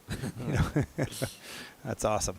Well, he was 11th in Budapest last year. That's his best Junior Grand Prix result. So he's going to be at least 13. Well, here we go. The warm-up of group number 4. Yep. There it is, and we get to bring into the broadcast the great, really, and I mean it, the great Jason Brown. And before we open his mic, I just want to talk about him. The great thing about him, and I think most people who have ever come across Jason realize he's just as nice a person as he is a wonderful, great skater. And it's a real privilege and honor. And he took this opportunity to support us and the juniors coming up. And we're going to talk about his junior career as we welcome Jason Brown in the broadcast. Jason, thank you so much for joining us. Oh my gosh, no, thank you guys so much. I'm so excited to be part of this. Thank you for the invite. Well, that's going to be great. And we hunted down some film of your Junior Grand Prix events. I think the one you won, I don't remember where it was. It was a Junior Grand Prix final, Jason. Oh, yeah, Junior Grand Prix final. Oh my final. God, in Quebec City, in Canada. Yeah, exactly. And so we're going to play that, I think, on the ice resurfacing. So get ready to see yourself at a much younger state. To it. I'm excited. That's awesome. And you know what? We talked to the fans a little bit. I know Mark is chomping at the bit here because so I'm going to get my 1 or 2 questions in first. No, go for it, he's Ted, Inspector Mark. You know, as you look back as a junior, did you have any vision or any idea or any desire, or did it just sort of take a natural course of what you wanted to be as a skater when you were that young on the junior circuit? It's a great question. I think for me, when I was a junior, I wasn't thinking so much about the future. I think my coaches did a good job thinking that way and thinking about how to utilize my junior seasons. For me, I think I was just so focused and I wanted to be the best that I possibly could be in the moment, and I wanted to represent my country to the best of my ability. You know, it's the first time that we're ever announced as like representing the United States or from whichever country you represent. And I think like that was so daunting and exciting for me. So I was more like just focused on like not getting too overwhelmed by that. Well, while you were a junior, who did you look up to? Oh, Daisuke Takahashi was such a huge inspiration of mine. I mean, like, I was like, for me, I wanted to get to the Junior Grand Prix final so badly so that I could compete against, and not compete against, compete alongside at the same event as the seniors. Well, that So like him, I mean, that was Patrick Chan's, you know, that was his time. So I think it was just, yeah. Well, that kind of worked out for you rather nicely. Yes. Oh my no. And then honestly, I ended up getting to compete against them as well. So that was so crazy. Yeah. Fast forward a few years later. That's awesome. Now I'm going to allow Mark to release his barrage of questions, I'm sure. Go ahead, Mark. Well, it's difficult, Jason, because you just... I hope that you're aware of the impact that you have on so many skaters, and I think whenever I do like any camps or if I go to any rinks and pose the question to others, oh, who's your favorite skater? And invariably your name is mentioned by so many, and it's endearing that you're so humble about it, but has that ever been something that you're mindful and aware of the impact that your skating has had on future generation? I mean, it just, honestly, that just means so much because I know how impactful the generations above me have been in my career. I think it's something maybe like later on, I think after the 2022 Olympics and stepping back away from the sport a little bit, I started to feel that, and it was so neat. And I think also coming back to like a World Championships after I had competed for a year and then being around this new crop of athletes that are now kind of in the senior light and looking around me being like, wait, what? Not saying what happened, but where did the generation that I looked up to for so many years go? Like suddenly I was like, wait, I checked in for the World Championships this year and they're like, Jason, you're the only skater that competed at the 2014 Olympics for the men who's still competing. Wow. And I was like, what? And so I think that there's, then looking back a little bit, it's been so amazing to meet so many different athletes that are coming up and interacting with them. But that said, I hope that I can, you know, as anyone comes in and out of the sport, you can make an impact and leave the sport better than when you came in. Well, we hope that the young skaters that are watching this, and there are a number of skaters around the world watching the Junior Grand Prix as they always do, and many of them will join the Junior Grand Prix as we go to Bangkok and Ankara and Gdansk as we move forward. So it's so nice for them to hear your voice and your inspiration, and now you sort of lead that pack and you're still competing, but it's less about, I think for the viewer, it's less about the competition and more about the beauty and the art and the sport that you put onto the ice, because it is really something special. I'm not saying that to be nice. I'm saying that because it's absolutely 100% true. So we thank you for the contribution there, and now you're going to be brilliant in your commentary here. No. so as we talked about yesterday, what we're going to do is do our normal process, of course, and as we go through the replays, please, Mark, will maybe ask some questions and respond to what we see on the screen. Of course, we've got the competition still, and it's pretty exciting. There's some pretty good skaters coming up over the next two groups. They're young, they're juniors, and they're going to mature into the seniors, but it's pretty exciting. So we're looking forward to your insight on that as we wind down the warm-up. Mark, what do you got? Looking forward to seeing as we head towards the final group, the current and reigning junior world champion who goes up against Adam Hagari, the world junior bronze medalist, who's currently leading the field as the men get ready to take their guards and step backstage. That's going to be so interesting to see Adam and how he copes with being in first place ahead of the world champion from last year. And Adam is such a nice young man, so humble, and skating last. And so this is going to be a new journey for him as well as we get on to the first skater. Go ahead, Mark. Yes, the final parting wisdom from Vadym Novikov's coach as he just simulates a jump takeoff in preparation of his performance.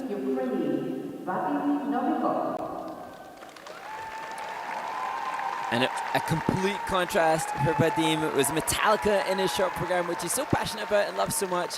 And today, his free skate will be skating to the classic George Gershwin piece, Rhapsody in Blue.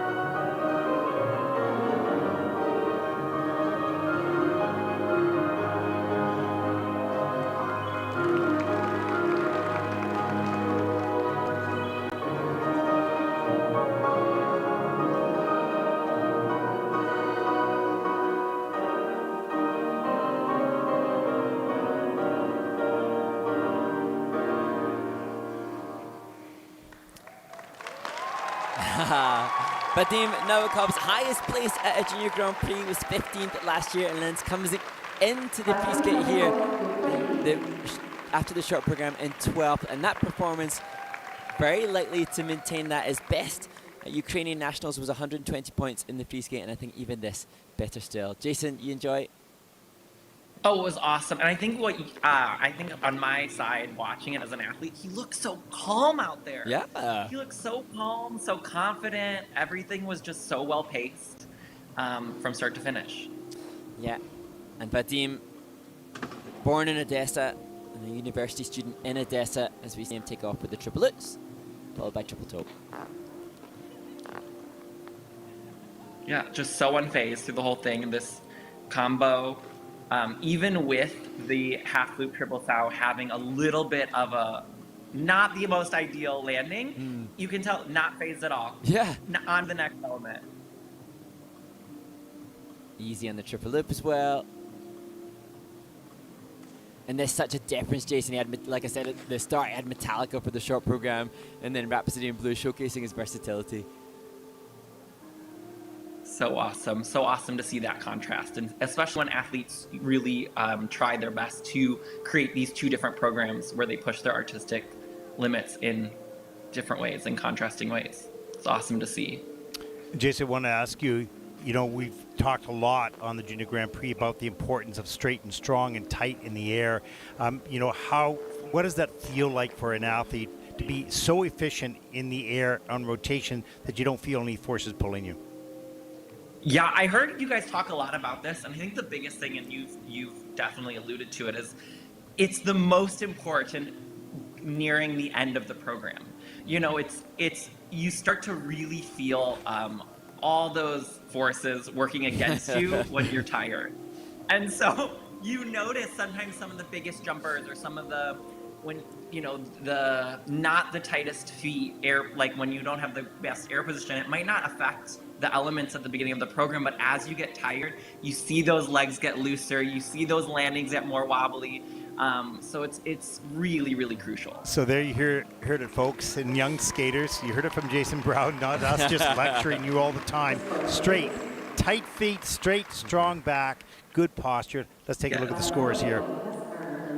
And the scores are 117.14. That's first in the free program for Vadym Novikov from Ukraine with a 176.11 as he takes over the lead.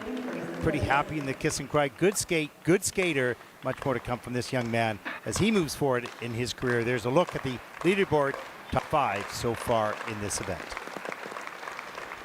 And great to see Vadym applauding the next competitor. Good camaraderie between the men in this event as Matias Lindfors takes to the ice. Wasn't the optimal short program for Matias, but his program component scores keep him in this penultimate group in Ostrava. And he will skate to the June soundtrack by Hans Zimmer with the most unique of start positions.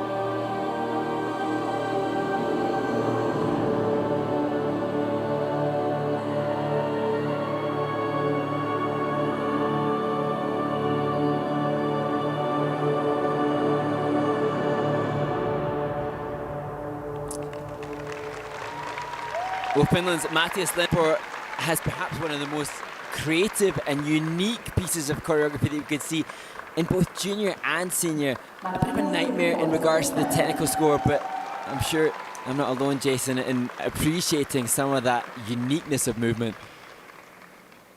Absolutely. That is a special program. The commitment to the choreography from start to finish, even with the mistakes that he made, there was no point in that program where you felt like he was giving up, or you felt like, you know, he said, okay, you know, like the integrity of the program was so consistent. And from start to finish, the movements were so unique. I mean, that in itself, just at the beginning, I was kind of dumbstruck already. Absolutely, he drew us in from the get-go. And his sister, shout out to his sister Monica, who did the choreography. At this point, though, Jason, with the step out of the first triple, how hard is it for the athlete when mistakes are made to keep in the zone? And that obviously did affect Matias. You know, it's definitely a learned skill, I think, and as unfortunate as it is to say, you have to go through it to learn it. So, you know, I think this will be a huge learning experience for him. I think for me, I know when I was growing up, when I would make mistakes at the beginning, it took me a while of competing and making those mistakes to then be able to block them out in future events. And knowing that, okay, I can keep moving on. Okay, let that be in the past and not dwell on it. Because I did dwell on them for a while growing up. And now the challenge will be for Matias is, like you say, not to dwell on it in the subsequent event, not to relive this, but instead move forward. But I think, hopefully, as we look at some more of this transitional content, he's going to come away from this recognizing that we all think it was epic in regards to pieces like that. Honestly, he has a new fan. I cannot wait to watch his. I cannot wait to watch him as he grows in the future. Like, even this, obviously disappointing moment, but I am behind him 100%. I cannot wait to see how his season unfolds. Jason, your skating is somewhat similar in the fact that you put so much energy into the performance. How much energy into that choreography drains away from the technique of the jumps? A lot. I have to be honest. I think it's a trained element, just like when you're learning a jump. I train my programs. I train the choreography. And so I think that's something that as you grow up and you continue to work on, just really treat the training of the choreography as you would any element in the program. Well, Matias, I know if you listen to this, and you will, because Jason Brown is commenting here, don't hang your head, because you are a very, very special skater. This was not a good day, technically. We know that. We have to be open. We have to be honest, as you are, Matias. But you're something special and much to build on. 97.16 for the free program. That is fifth, with a total competition score of 156.64 at fifth place. The numbers don't matter. The trajectory of your career does, and you're well on your way. And I think your sister Monica is going to be you're going to have to share your choreographer soon, because she's doing a great job. No kidding, that was pretty special. Next to skate, representing Slovenia. And now to a skater born in Ljubljana, 18-year-old David Sedej. Successfully and recently finished high school. Now, perhaps that's the reason why he had such a brilliant short program, able to focus on his skating endeavors as he just marks through some takeoffs before taking it to start.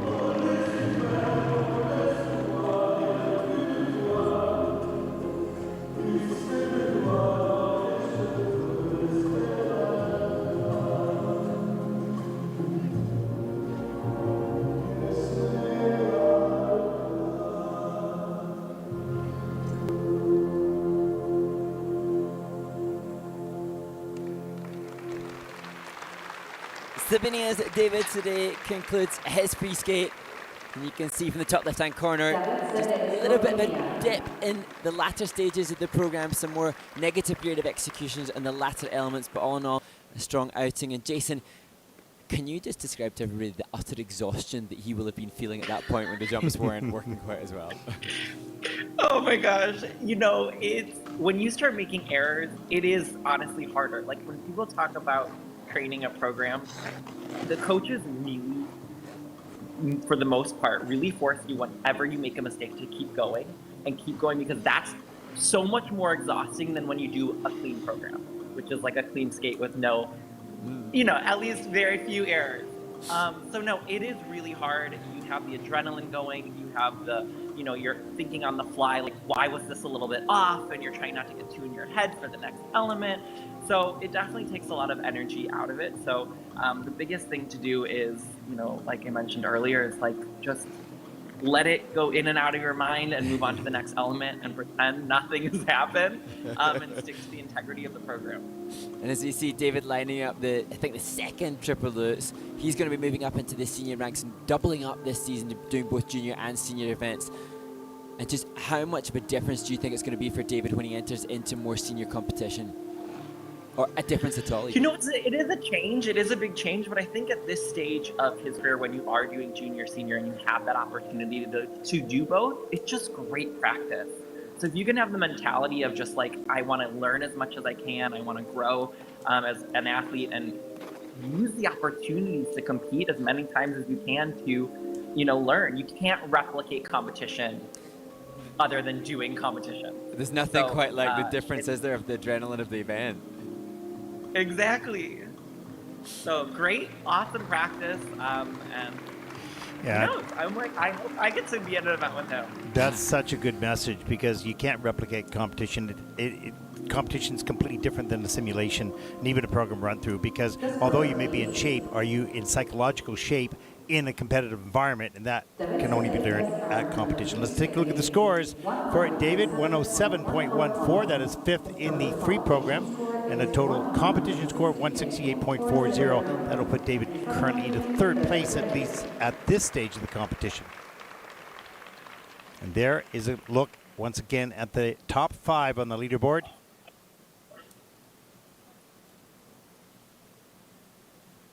And that brilliant skate by Vadym Novikov sees him transcending the rankings. As we look ahead now to Hugo Busted, another 18-year-old, perhaps another skater considering doubling up this season, both as a junior and a senior. And he will skate to Fantasia from the Phantom of the Opera.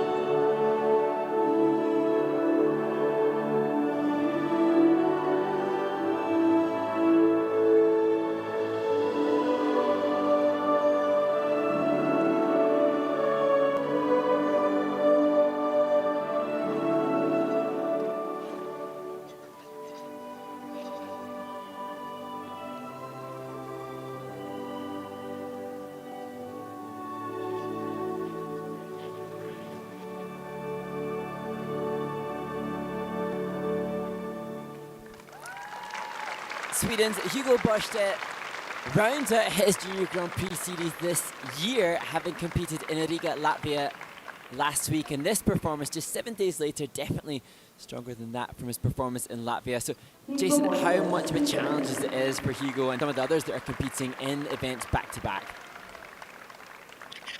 You know, I think that's also, in some ways, it's preference. Athlete to athlete is all different. I genuinely love it. I think, you know, I heard you guys also talking about this before.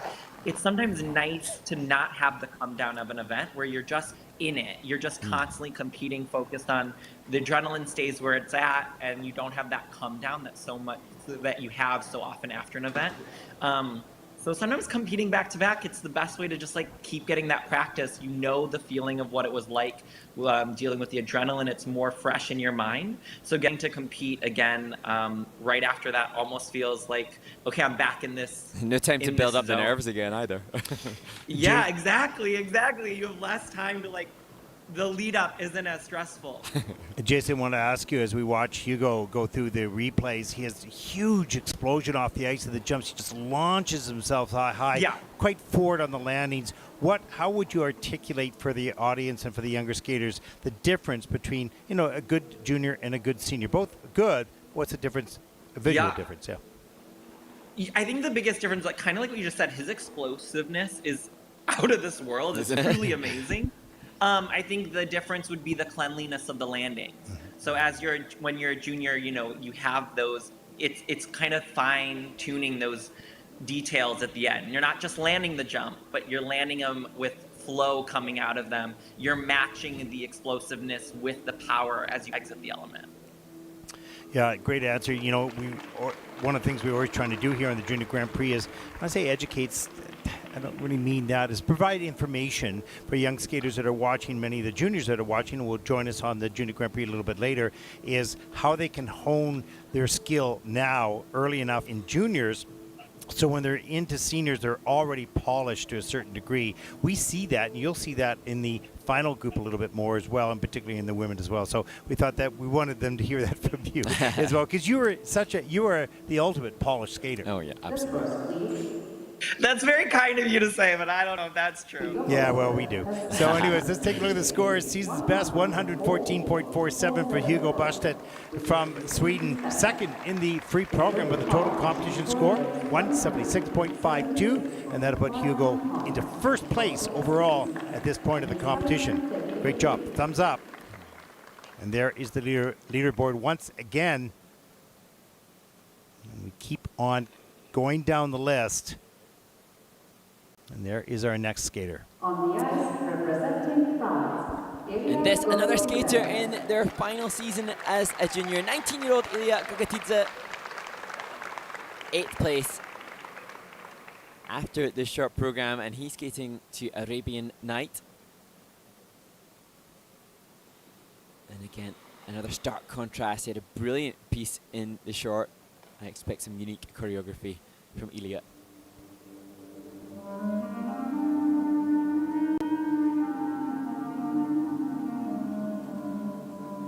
Oh, imagine a land to faraway place where the caravan camels go, where you wander among every culture and tongue. It's chaotic, but hey, it's home. When the wind's from the east and the sun's from the west and the sand in the glass is bright, come and dance like a man.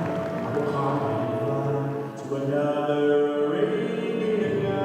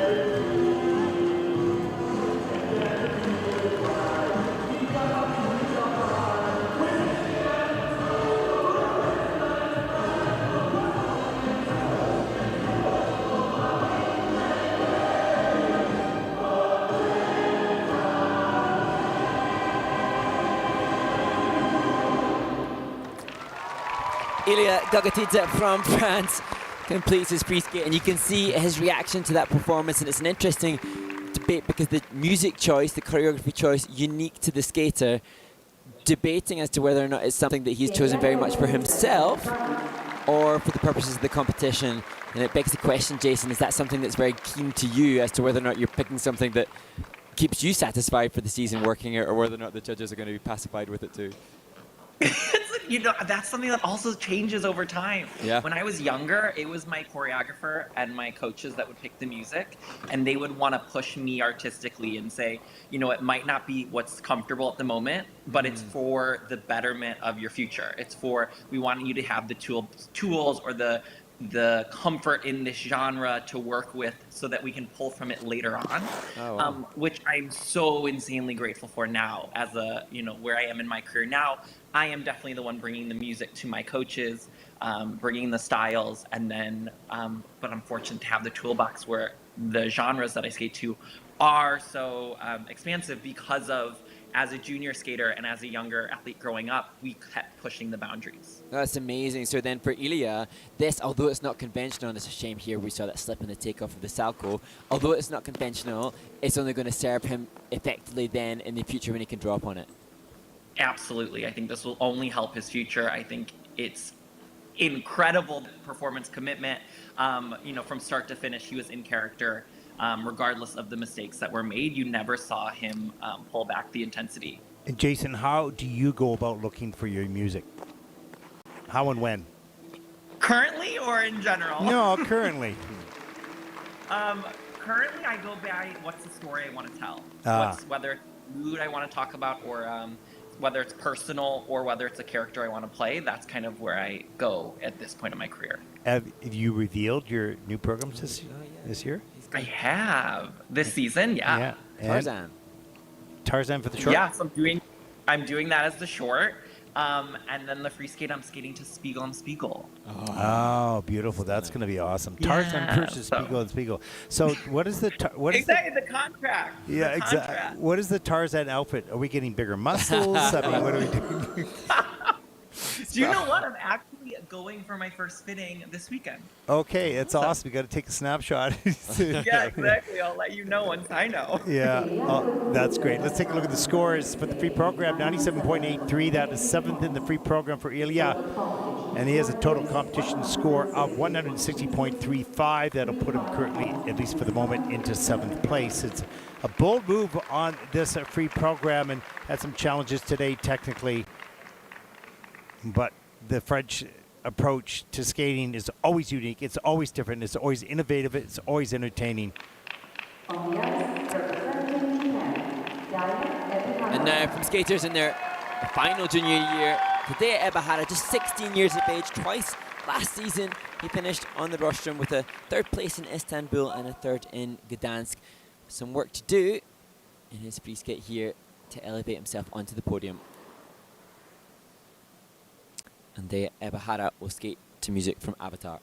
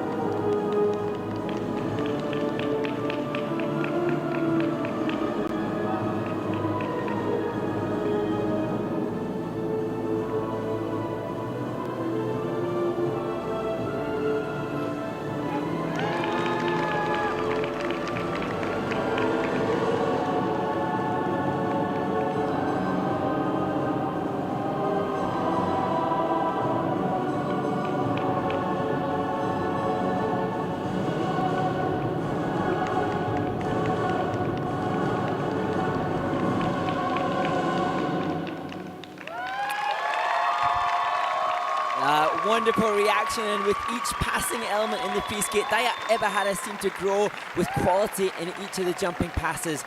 And you just wonder whether or not the popped triple flip in the short program has fueled that free skate. And Jason, I just wonder how difficult is it for a skater when they've made a big mistake in the short program to return overnight and resume their composure?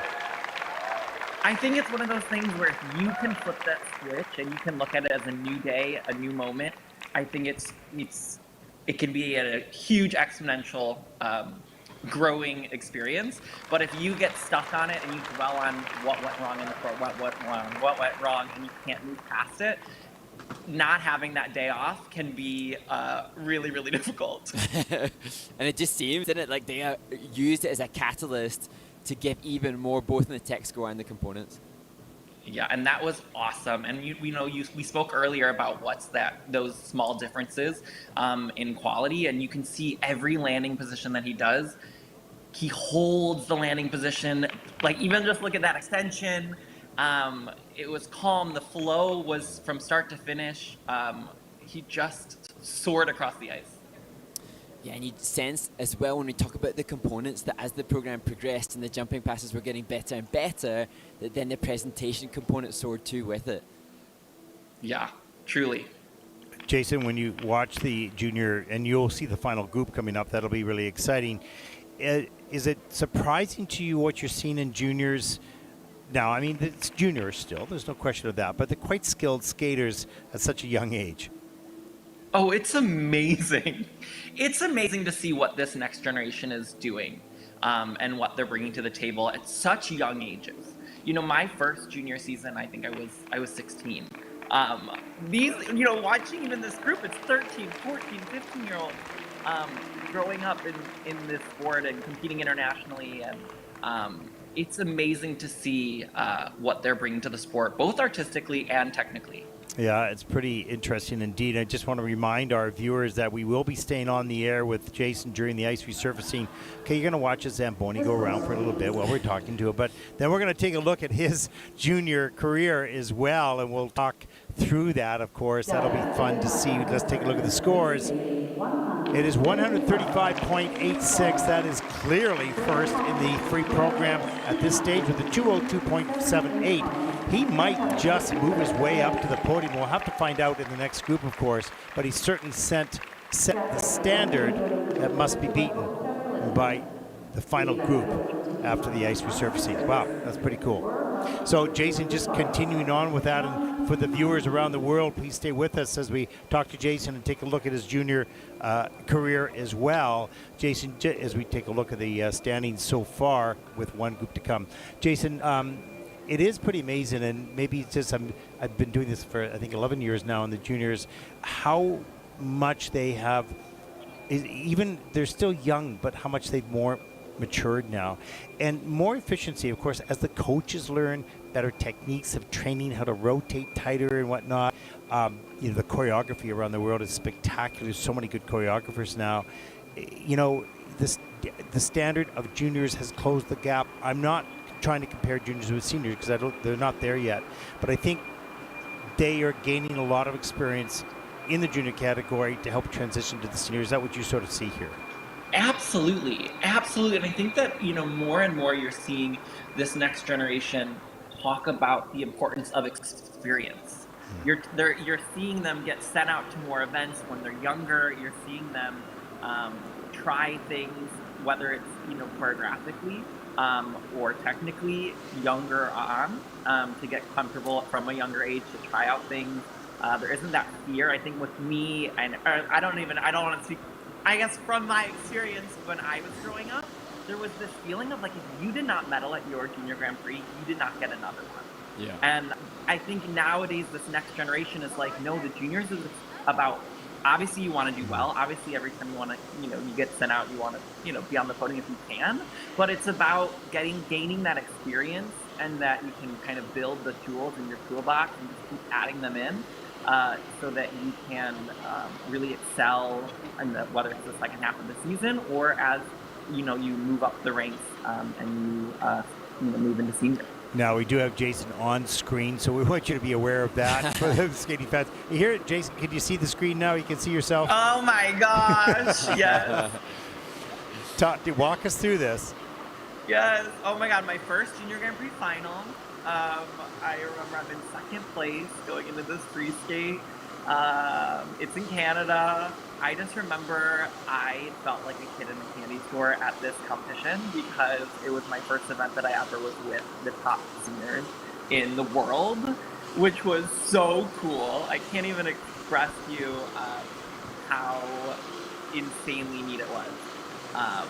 And getting to see them compete was so inspiring. Yeah, getting to flow like water by Avatar, which is kind of funny. Yeah. Because we just Did you see that? watched the Avatar program. And even here, Jason, though, as we watch this, it's so evident that you have such brilliant flow and such brilliant glide, and that's something that obviously must have been expressed to you from a very early age to have that level of skating skill at this junior stage. You know, I think what was really neat is it was something that was valued by my coaches, and something that they really pushed was the quality of everything I did, which I feel so grateful for. I don't think I realized the, you know, kind of like how I spoke earlier, we looked at the choreography as an element, as something that we wanted to work on every landing position. We looked at the GOE and how can I make the landing position go into the next part of the choreography? How can we build the transition scores up? You know, I did lack the technical content that my other competitors did, but that didn't mean we didn't look at it as a oh, bummer. We looked at it as like, okay, how can we work the system to be the best that I can be and push it, and push my abilities? And I felt like I was growing year after year, and it showed in my marks, it showed in the events. You know, I went into this competition, I had made the Junior Grand Prix final. I was told if I didn't have a triple axel on the junior circuit, I won it, and I won the event. I won the Junior Grand Prix final here. So I just feel like I really want any kid that's out there watching and going through whatever their next event might be, never take yourself out of that conversation of whatever, whether it's a placement goal you're going for or a score goal that you're going for, or even if it's just a performance goal and you want a certain component mark. I just think don't sell yourself short and know that you know, you deserve to be there and keep pushing your boundaries.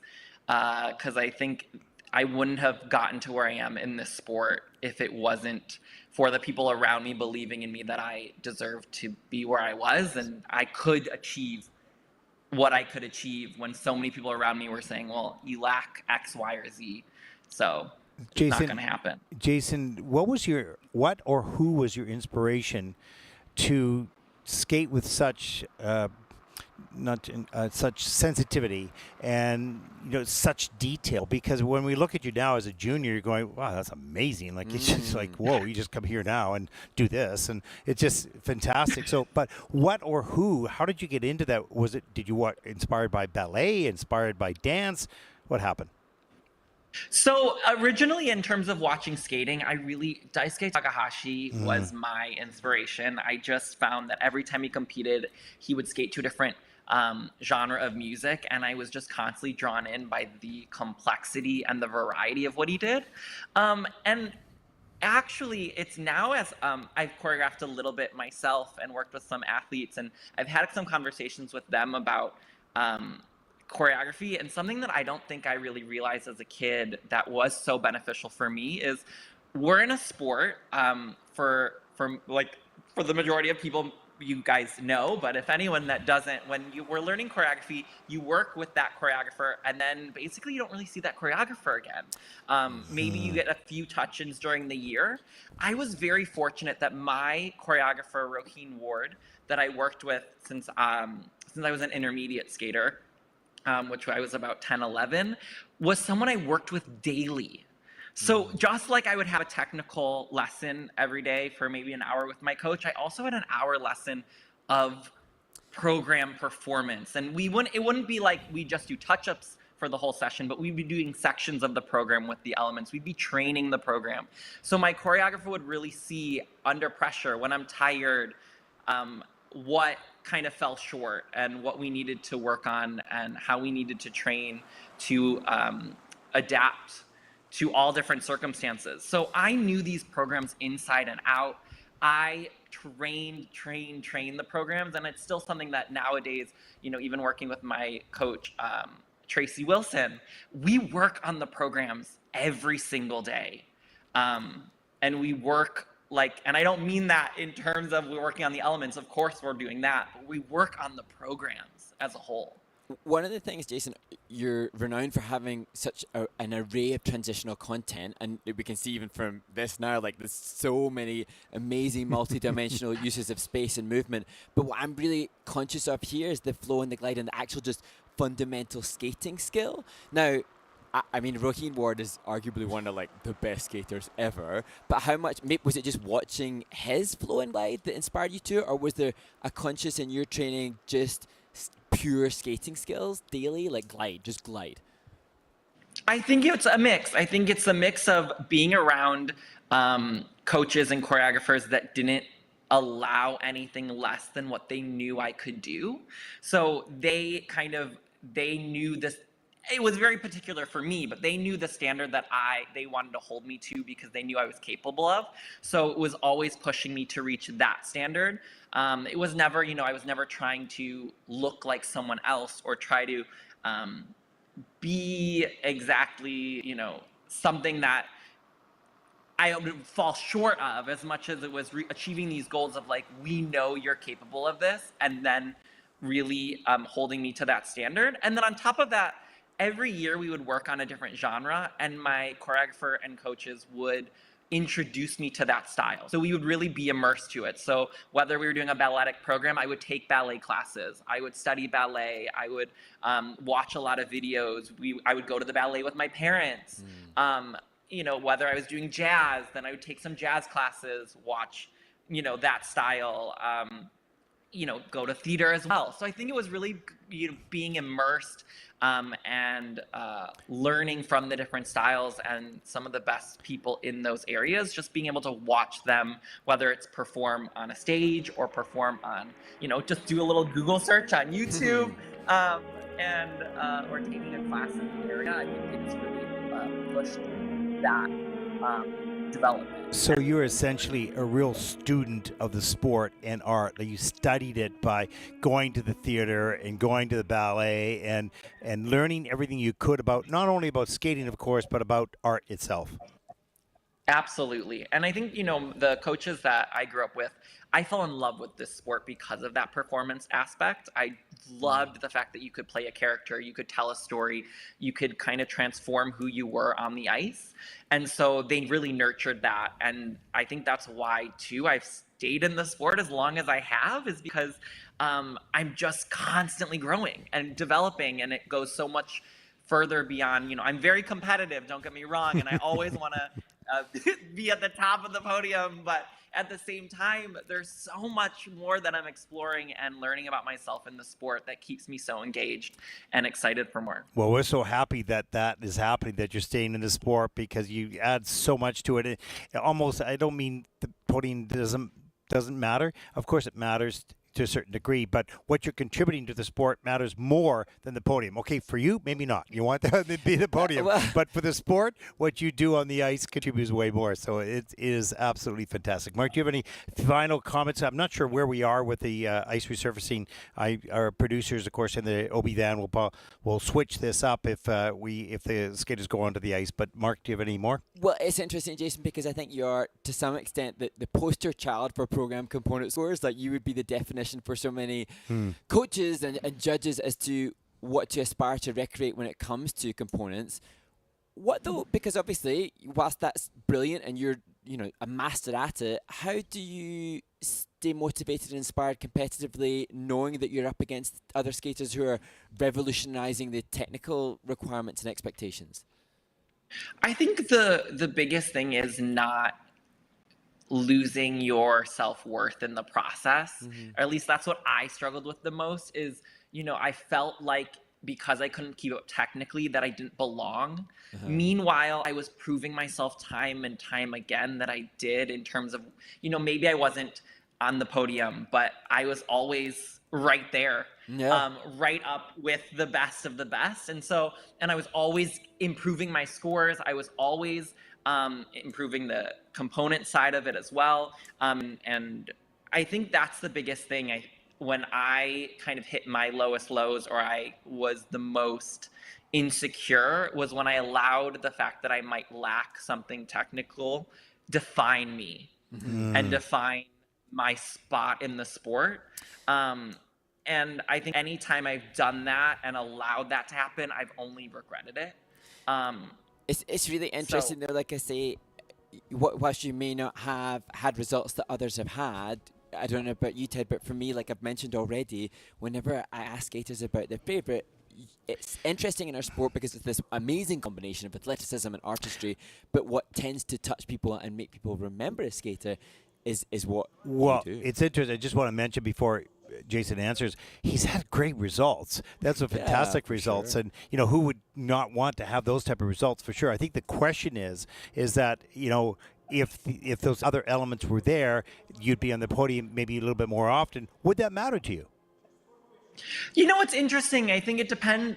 That answer would change depending on when you ask me in my career. I think the one thing that matters to me the most, that I think has been the most, I wouldn't say hurtful, but hard, is I hate being counted out before an event begins. And I think so often I come into an event and I either get pushed aside, or, the fact that, we've already decided that you can't medal, and so that's not what we're going to focus on or talk about. And I think those are the most, when it's posed in those ways where it's like, we're a sport.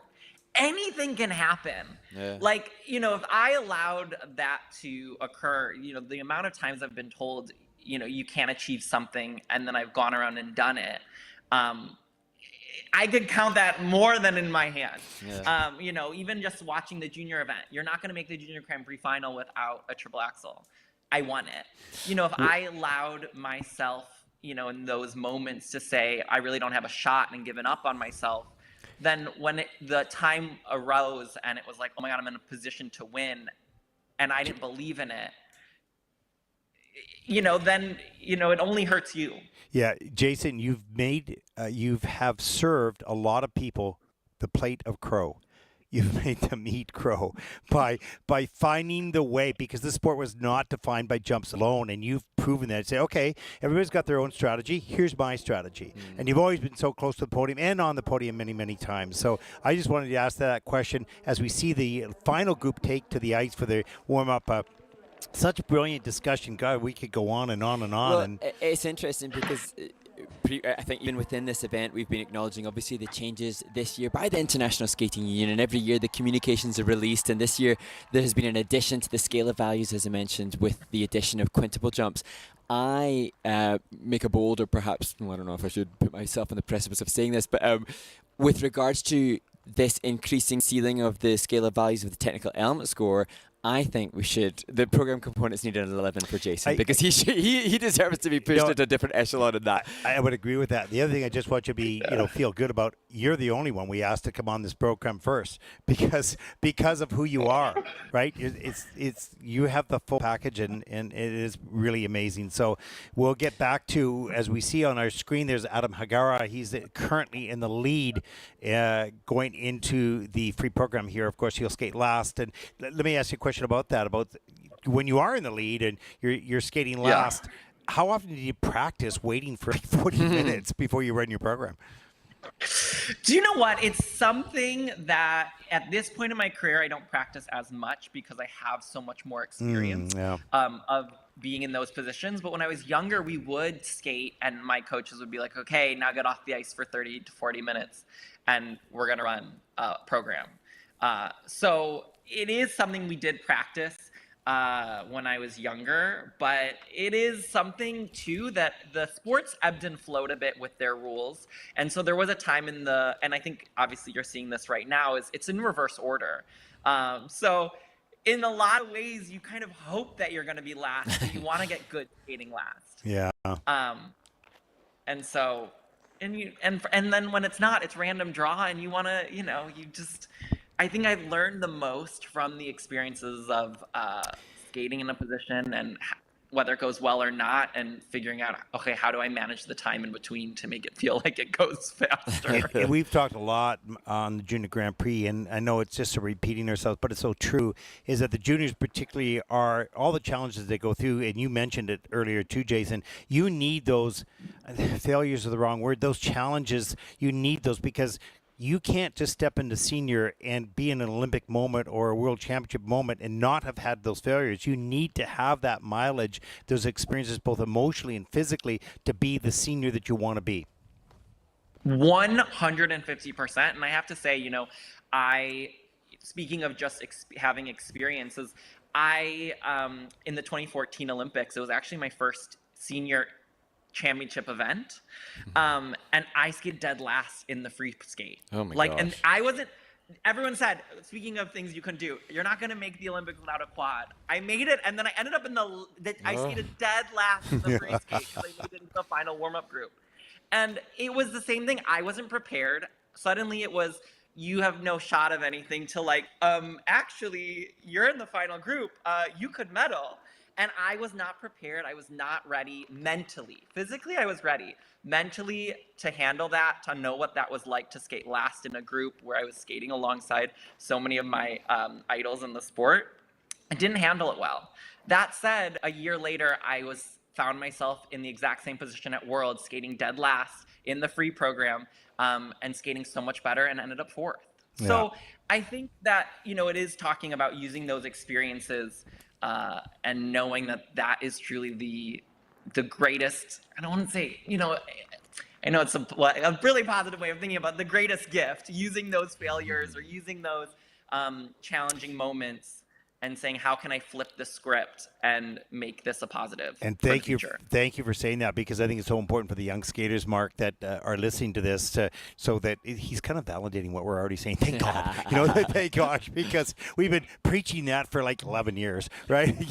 Those try to make them feel better, but not really, because that's the truth. You need all that. As we watch the warm up in the last few moments, and what was it like? As we're talking about the last group here, these young skaters are thinking, oh, well, maybe I got a shot at the medal. It's the same thing. What happens? How did your mind change from in juniors to seniors?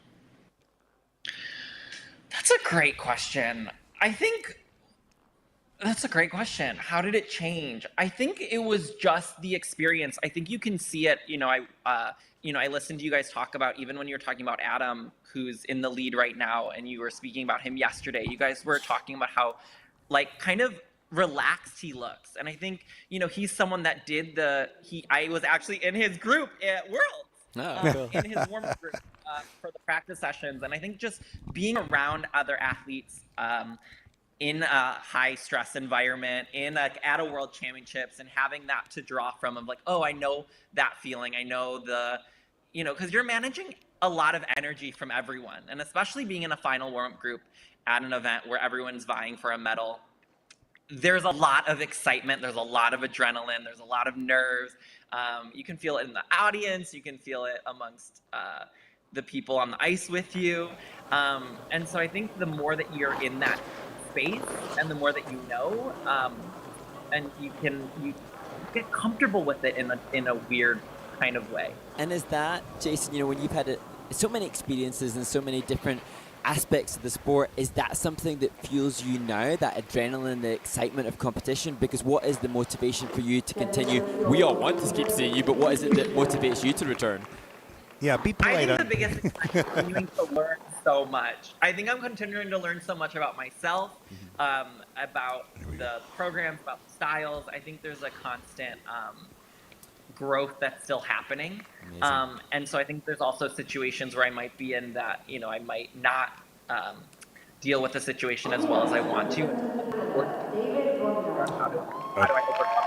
Okay, here we go. Skater number one in the final group from Canada, David Bondar. We'll get back to you, Jason, on the replays. Thank you. Such interesting information. Mark. And David, starts this final group, and he skates to the familiar Pirates of the Caribbean.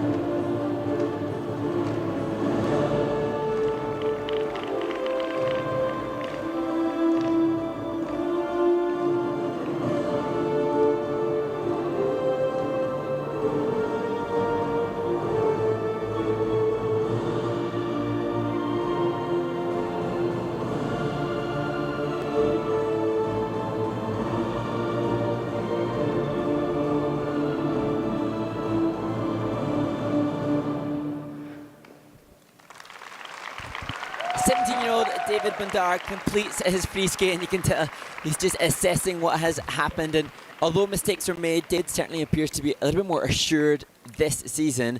And he spent some time working with Rafael Aratuni and the group of skaters there. And just interesting to wonder whether or not that environment, he's got some phenomenal regular coaches, but whether or not training with some other skaters through the summer has motivated him. This is significantly a better skater than he was over the past 2 or 3 years in the Junior Grand Prix. More confidence now, but you can see he's still upset at the small mistakes. Well, he used to be upset at the major mistakes, 4 or 5 mistakes in the pre-program, and that has been greatly reduced because he's extremely well trained, extremely well taught as well, and getting better every time out. And how much, Jason, for you then, is the environment, like David has chopped and changed his environment of late, does that have a big impact for you as a skater to be inspired by the environment you're in?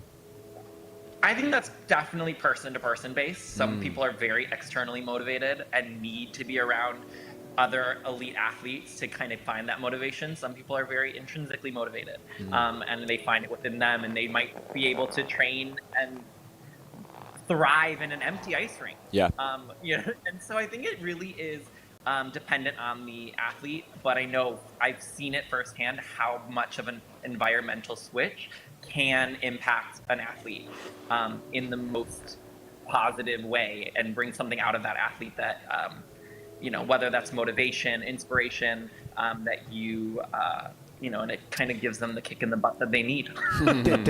Does it sometimes help them grow up, moving from, one environment to the other?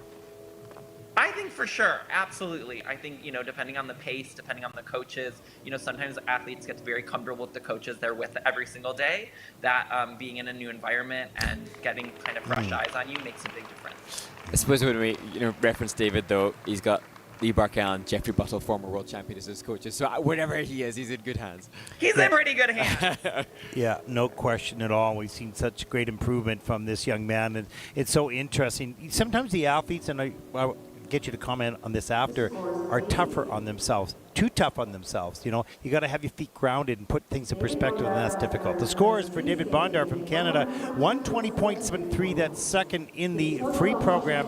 The total competition score of 189.08, and that'll put David currently into second overall. He's the first skater in the last group. 5 more to come as we take a look at the standings. All right, now with the top 5. And now we move on to the performance of 16-year-old Patrick Blackwell, one of the skaters whose mother doubles up as coach. And as nervous as Patrick may be taking to start position, we can only imagine how his mum is feeling right now rinkside. And he will skate to the Smoke and Mirrors by Gabriel Saban.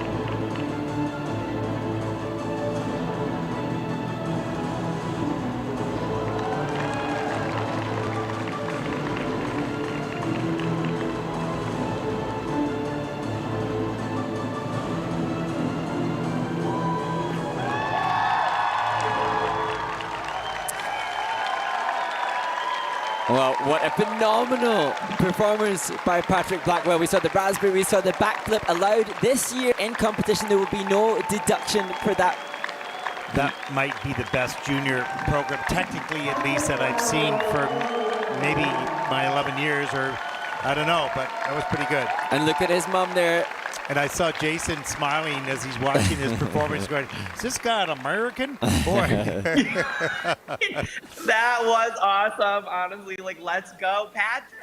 Yeah, that was outstanding. There's a photo moment there, leaving the ice. And what greater feeling, surely there are a few greater feelings for any skater than delivering a clean skate when you want it so desperately to happen. And there's the quad toe loop, just picture perfect in the air, no question, and follows that right up here with the triple axel, launched a couple feet up and into the double axel after that. He's what a wonderful athlete, because he's able to pull it out even if things are on a little bit of a tilt, as in that triple axel. Well, he's working quad axel on the harness as well, so obviously aiming very, very high with intentions of amazing things to come, if not amazing already. Yeah. Fantastic. Your thoughts, Jason? What I think is so awesome about this program, I think not only the music, the costume, his skating styles, they all complement this music and the choreography, which I think is so great.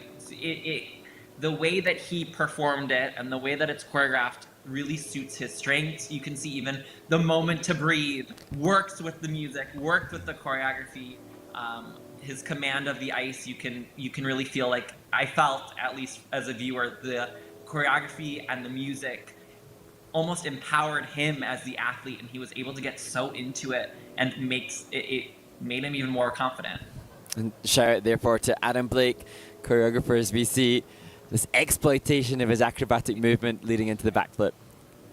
And what you could just even see going into the raspberry, going into the backflip. He was so excited. You could see, like, oh my gosh, something's coming up. And what did you feel, Jason, about the backflip being allowed in the program? No value, of course, but what are your thoughts?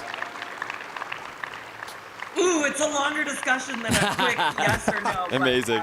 Okay, well, we got for time's sake, let's go for it. We got scores coming up, so we'll let you off the hook on that one. Free program scores. It's going to be huge. For Patrick Blackwell, this is going to be rather large. 152.14, obviously first. And he's going, oh my gosh, with a 221.56, clearly first. And you know what? Watch out. Rest of the skaters, that's a big score. That's going to be tough to beat. And his mum foot stamping, shaking the camera here. Yeah, I know. Exactly. That is amazing. This young man has now emerged on the world stage. Not probably just for junior, that is going to be seen at the senior level as well. People will be watching. And now to another 16-year-old Tamir Kuperman, who has just heard that huge score, and I'm sure he will sense what may have just happened, but his performance in the short program indicated a feisty competitor as well, so hopefully he can channel what has just taken place in this arena to his own advantage.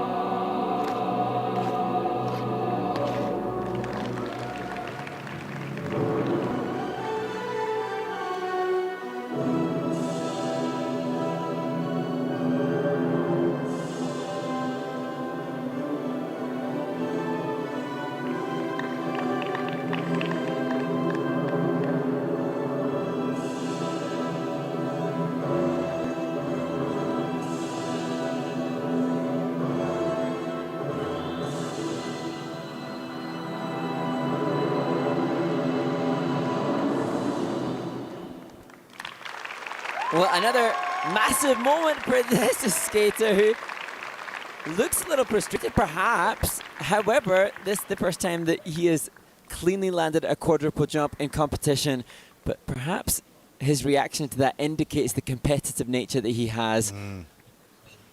And you just wonder whether or not his reaction to this performance, which I think was a pretty good skate, is perhaps because he's very mindful of what took place before. Blackwell, yeah, absolutely. Jason, your thoughts?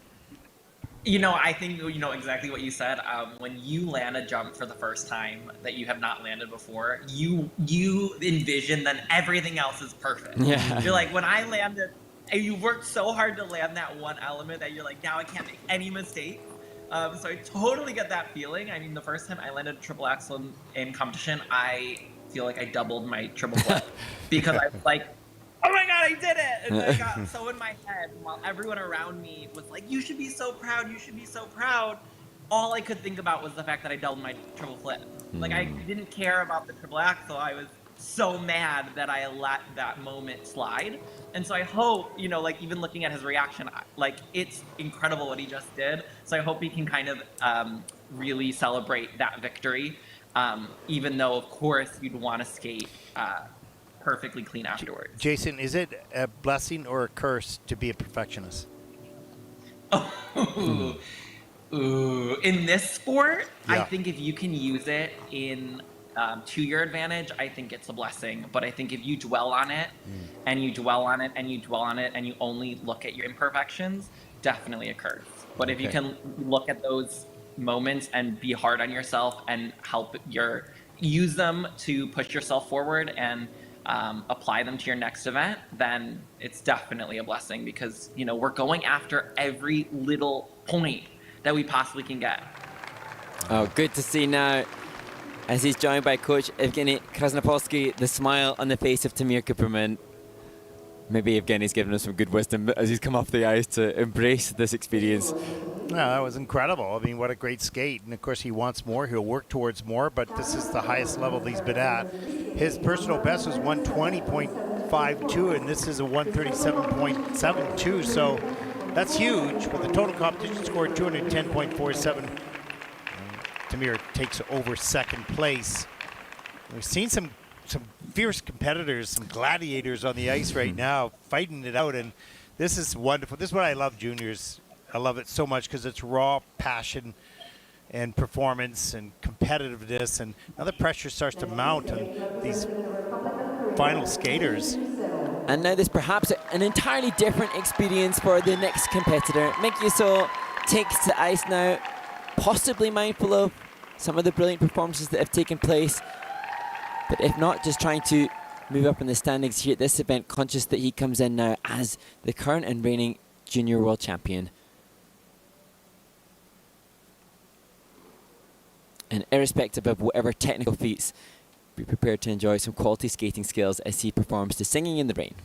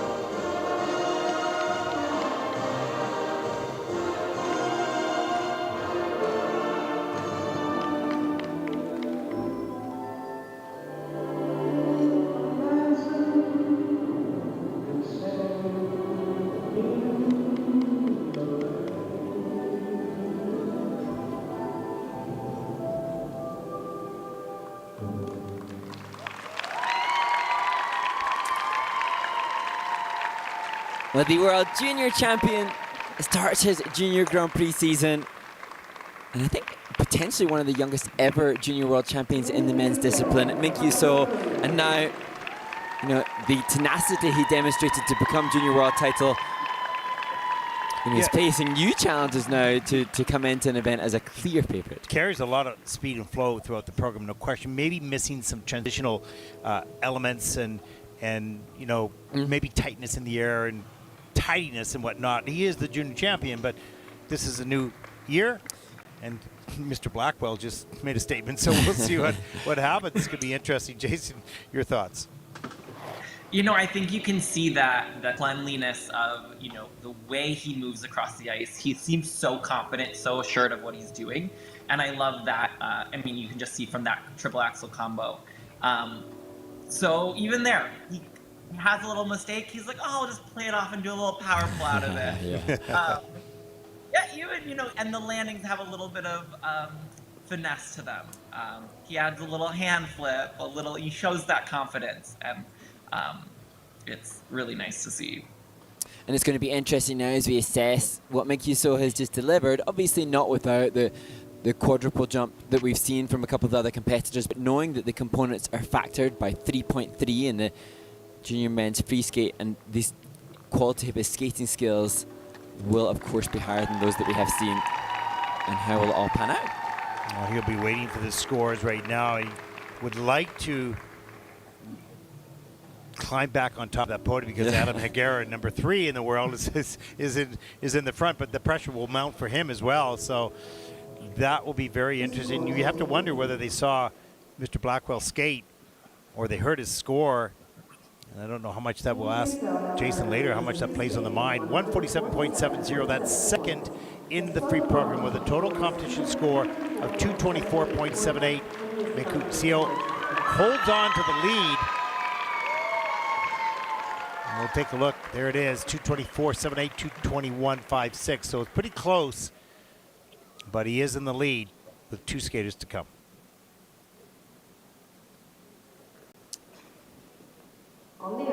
And now we move to 14-year-old skater Taiga Nishino. His hero is Yuzuru Hanyu. And I'm sure that inspires the quality of the short program that found him in second place yesterday.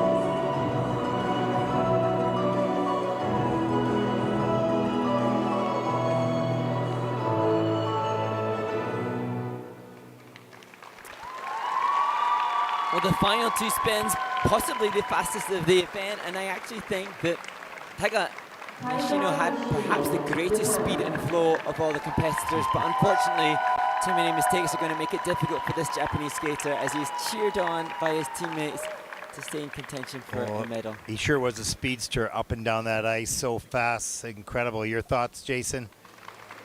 As you said, so incredibly fast. I do think, the two of you have said it time and time again. I think the slight bend in the knees as he jumps, and the loose legs in the air caught him up a couple times. I think if you can get the straight, you can see that in this quad sow, just a little loose in the air with his legs that throw him off. But also, as you mentioned, so fast, so powerful, and I loved from start to finish the integrity of the program was not lost, even with those mistakes. Yeah, you can see that he is a fierce fighter all the way through that program. That hard fall near the end, I was pushing a lot of buttons here. I hope I got it, but because that was an odd fall.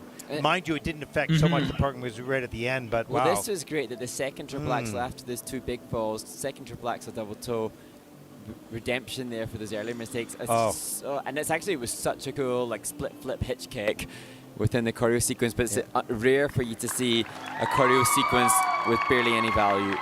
Jason, does an unexpected fall just out of nowhere affect you more than a fall on an element? Absolutely. I mean, when they're unexpected, it's always it drains your legs. It hits you hard, and it's something you weren't expected. Even when you do an element like a jump, you have, even though you're in the air, you're like, oh my god, this is a little off.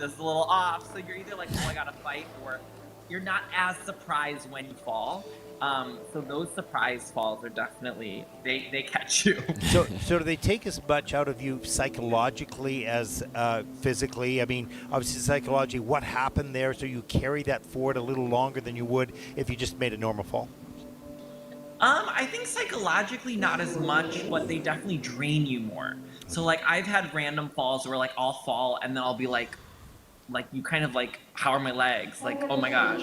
You stop breathing for a second too, because you get a little overwhelmed. Exactly. 123.03, that is fifth for Taiga in the free program with 200.23 overall score for the competition. You can see he's a little disappointed with that. Boy, not disappointed. Do not be disappointed with that effort. That was incredible. Wasn't your night in this performance, but you are well on the way as we see the final skater in this event, Mark. Yes, and Adam Hagara comes into this event now with some expectations as well, not just by being the leader after the short program, but now as a reigning World Junior bronze medalist. Can he usurp the champion Minkyu Seo, who leads with just this final performance to go? James Bond theme.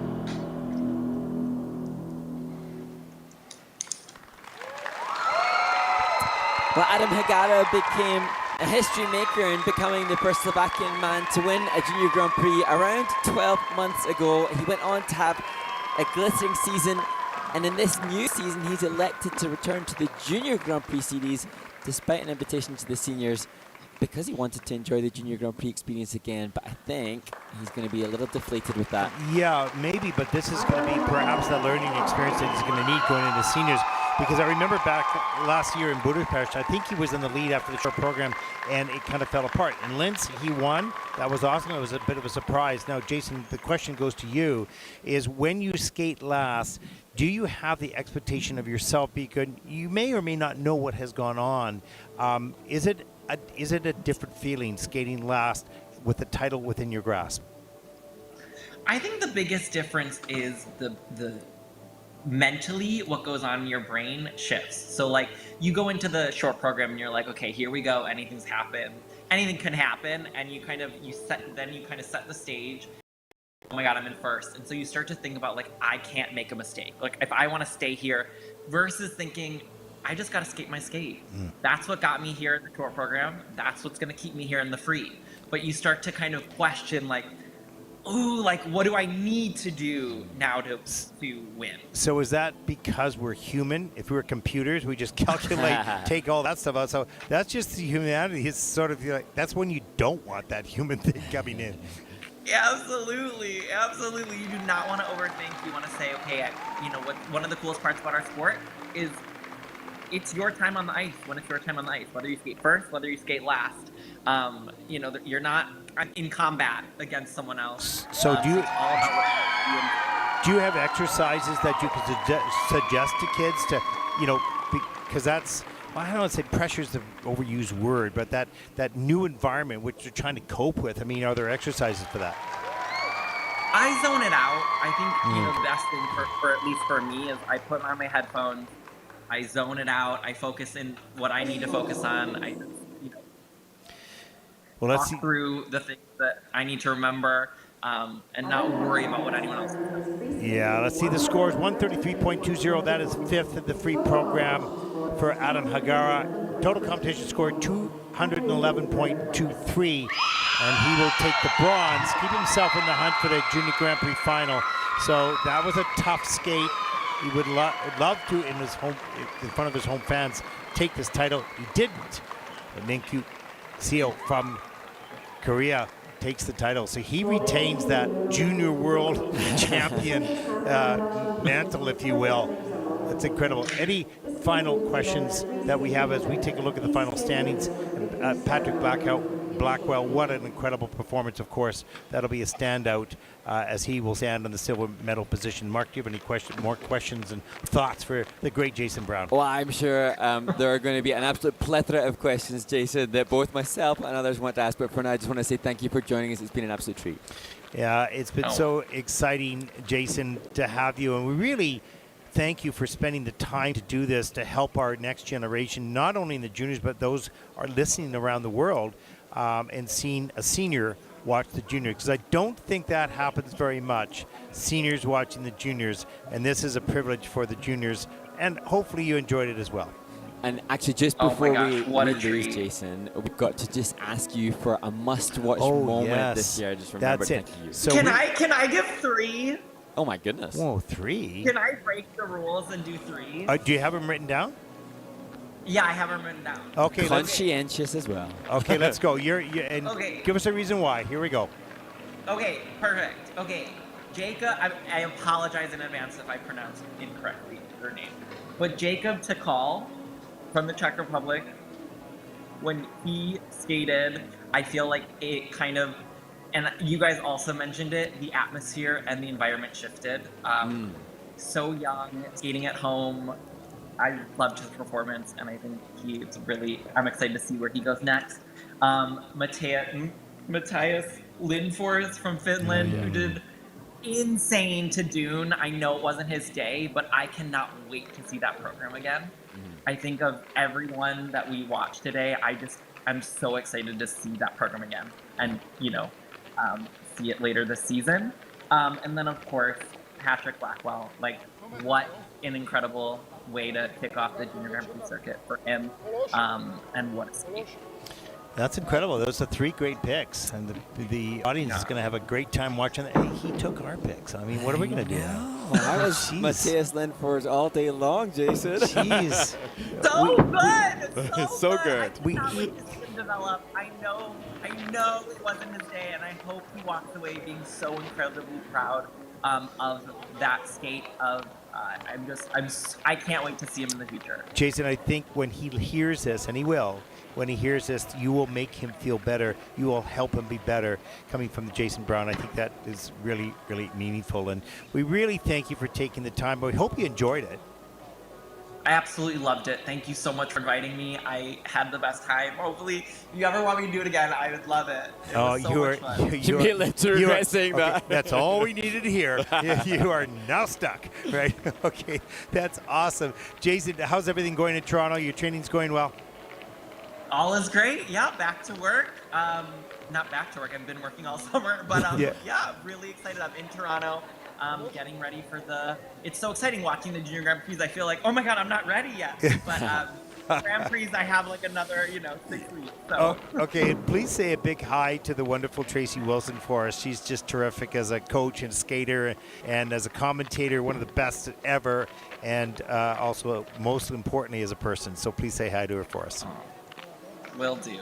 Thank you guys so much. Thank you so much, Jason. As we finish you stay online, please. For those people who want to watch the medal ceremonies, please stay with us. For the rest of us, we're going to sign off. Tomorrow, we're going to start with, okay, what's up first? I can't remember, is it? No, it's the women's. It's the women's. The women's free program will take place tomorrow morning, starting tomorrow morning. And then, of course, we'll finish up with the free dance. And that'll conclude day number 3, week number 2 on the ISU Junior Grand Prix. Next week, I'll be going to Bangkok, and Mark will be in his studio garage in Nottingham, and so we'll continue our fun along the way for all of us here at the ISU. For Jason Brown, for Mark Hanratty, I'm Ted Barton. Thank you for watching. Good night, everyone.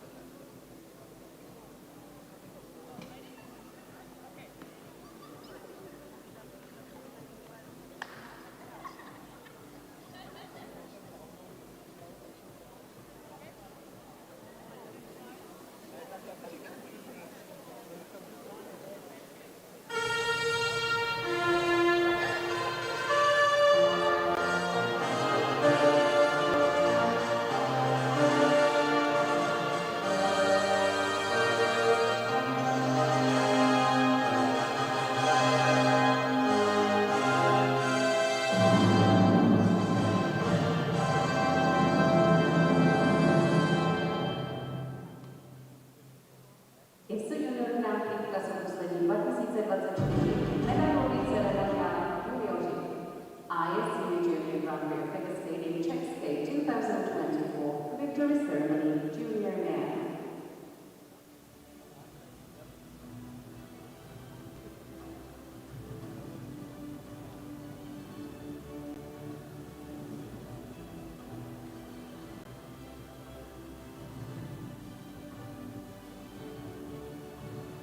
Na třetím místě se umístil a bronzovou medaili získává. Third and winner of the bronze medal from Slovak Republic, Adam Hakara.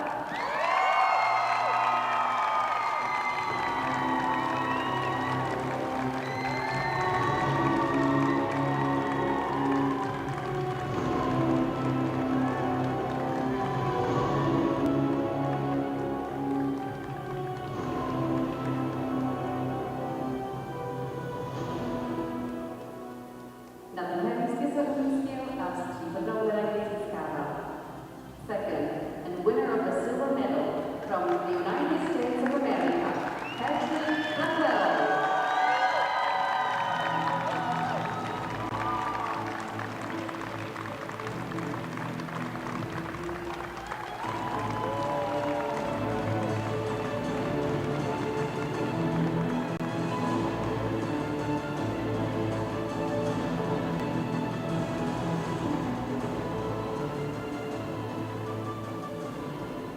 Na prvním místě se umístil a zlatou medaili získává.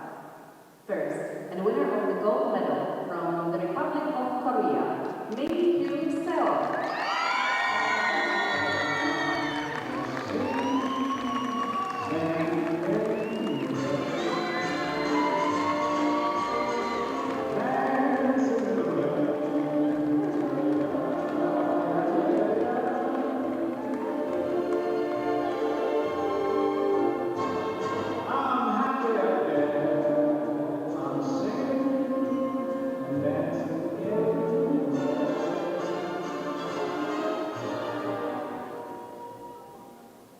Medaile předává místopředseda Českého krasobruslařského svazu Edoardo Luigi. Please welcome Vice President of the Czech Figure Skating Association, Edoardo Luigi. He will award the medals.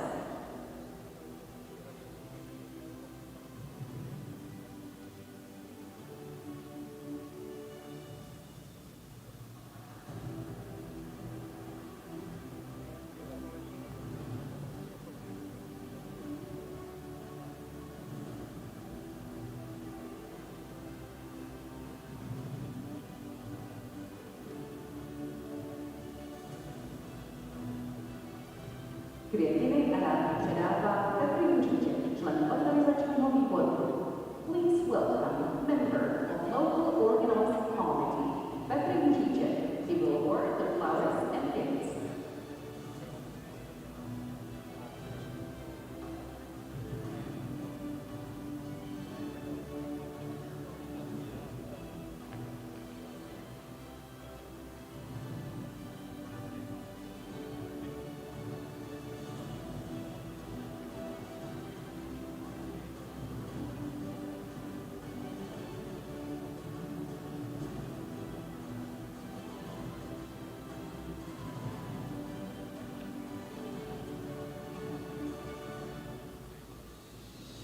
Dámy a pánové, pokud můžete, povstaňte za zůstání hymna vítěze. Ladies and gentlemen, if you can, please stand for the national anthem of the winner.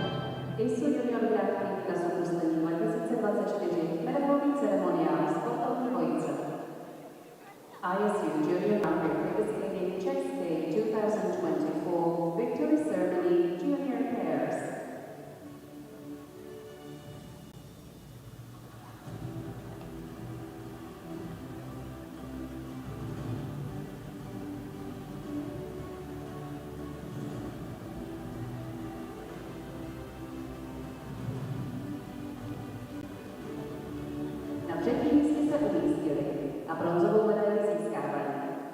Third, and winners of the bronze medal from Canada, Julia Quattrooki and Simon Desmarais.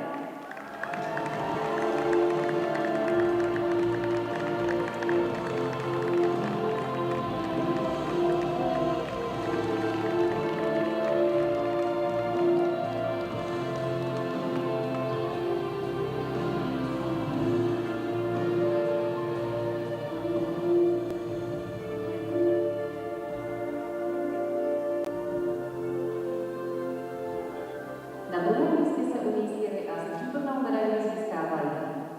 Second, and winners of the silver medal from France, from Lucaz.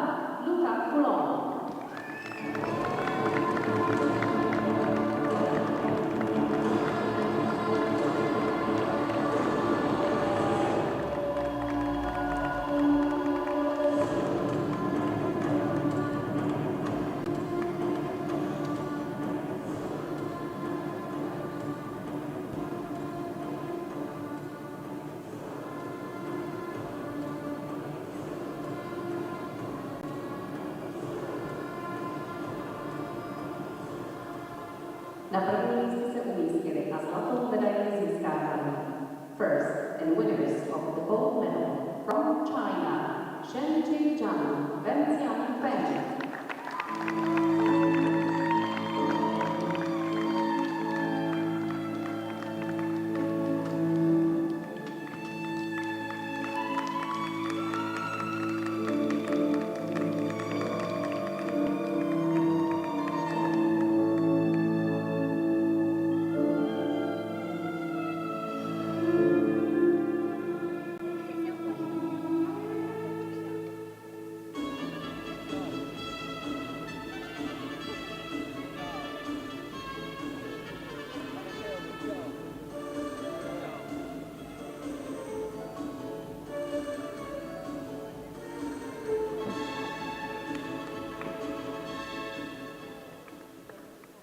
Medaile předává místopředseda Českého krasobruslařského svazu General Jinski. Please welcome Vice President of the Czech Figure Skating Association and General Jinski who will award the medals.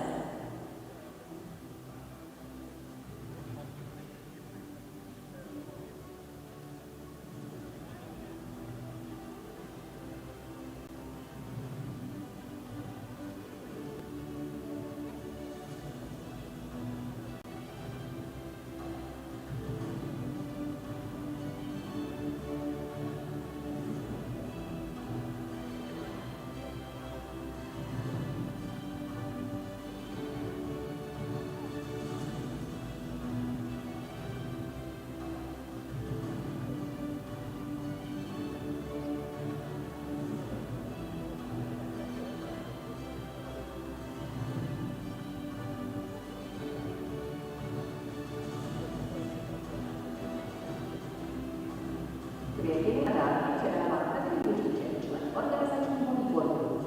Please welcome member of local organizing committee, Dmitry Rudenko, who will award the flowers and gifts.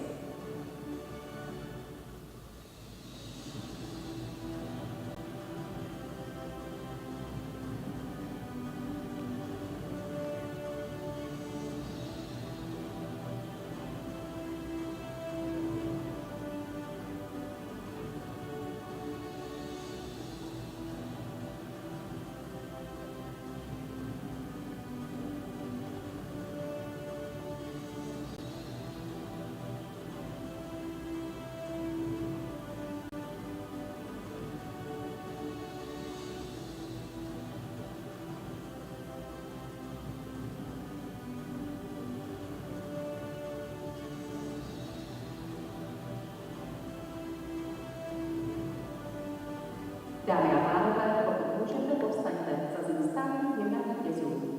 Ladies and gentlemen, you can please stand for the national anthem of the winners.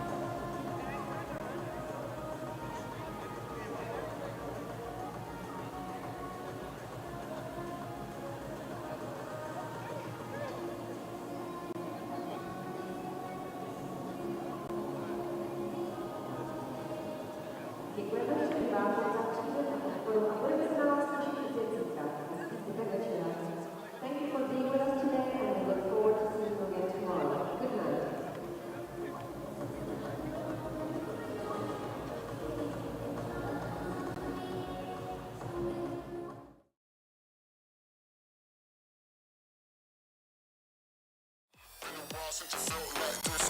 There must be something wrong.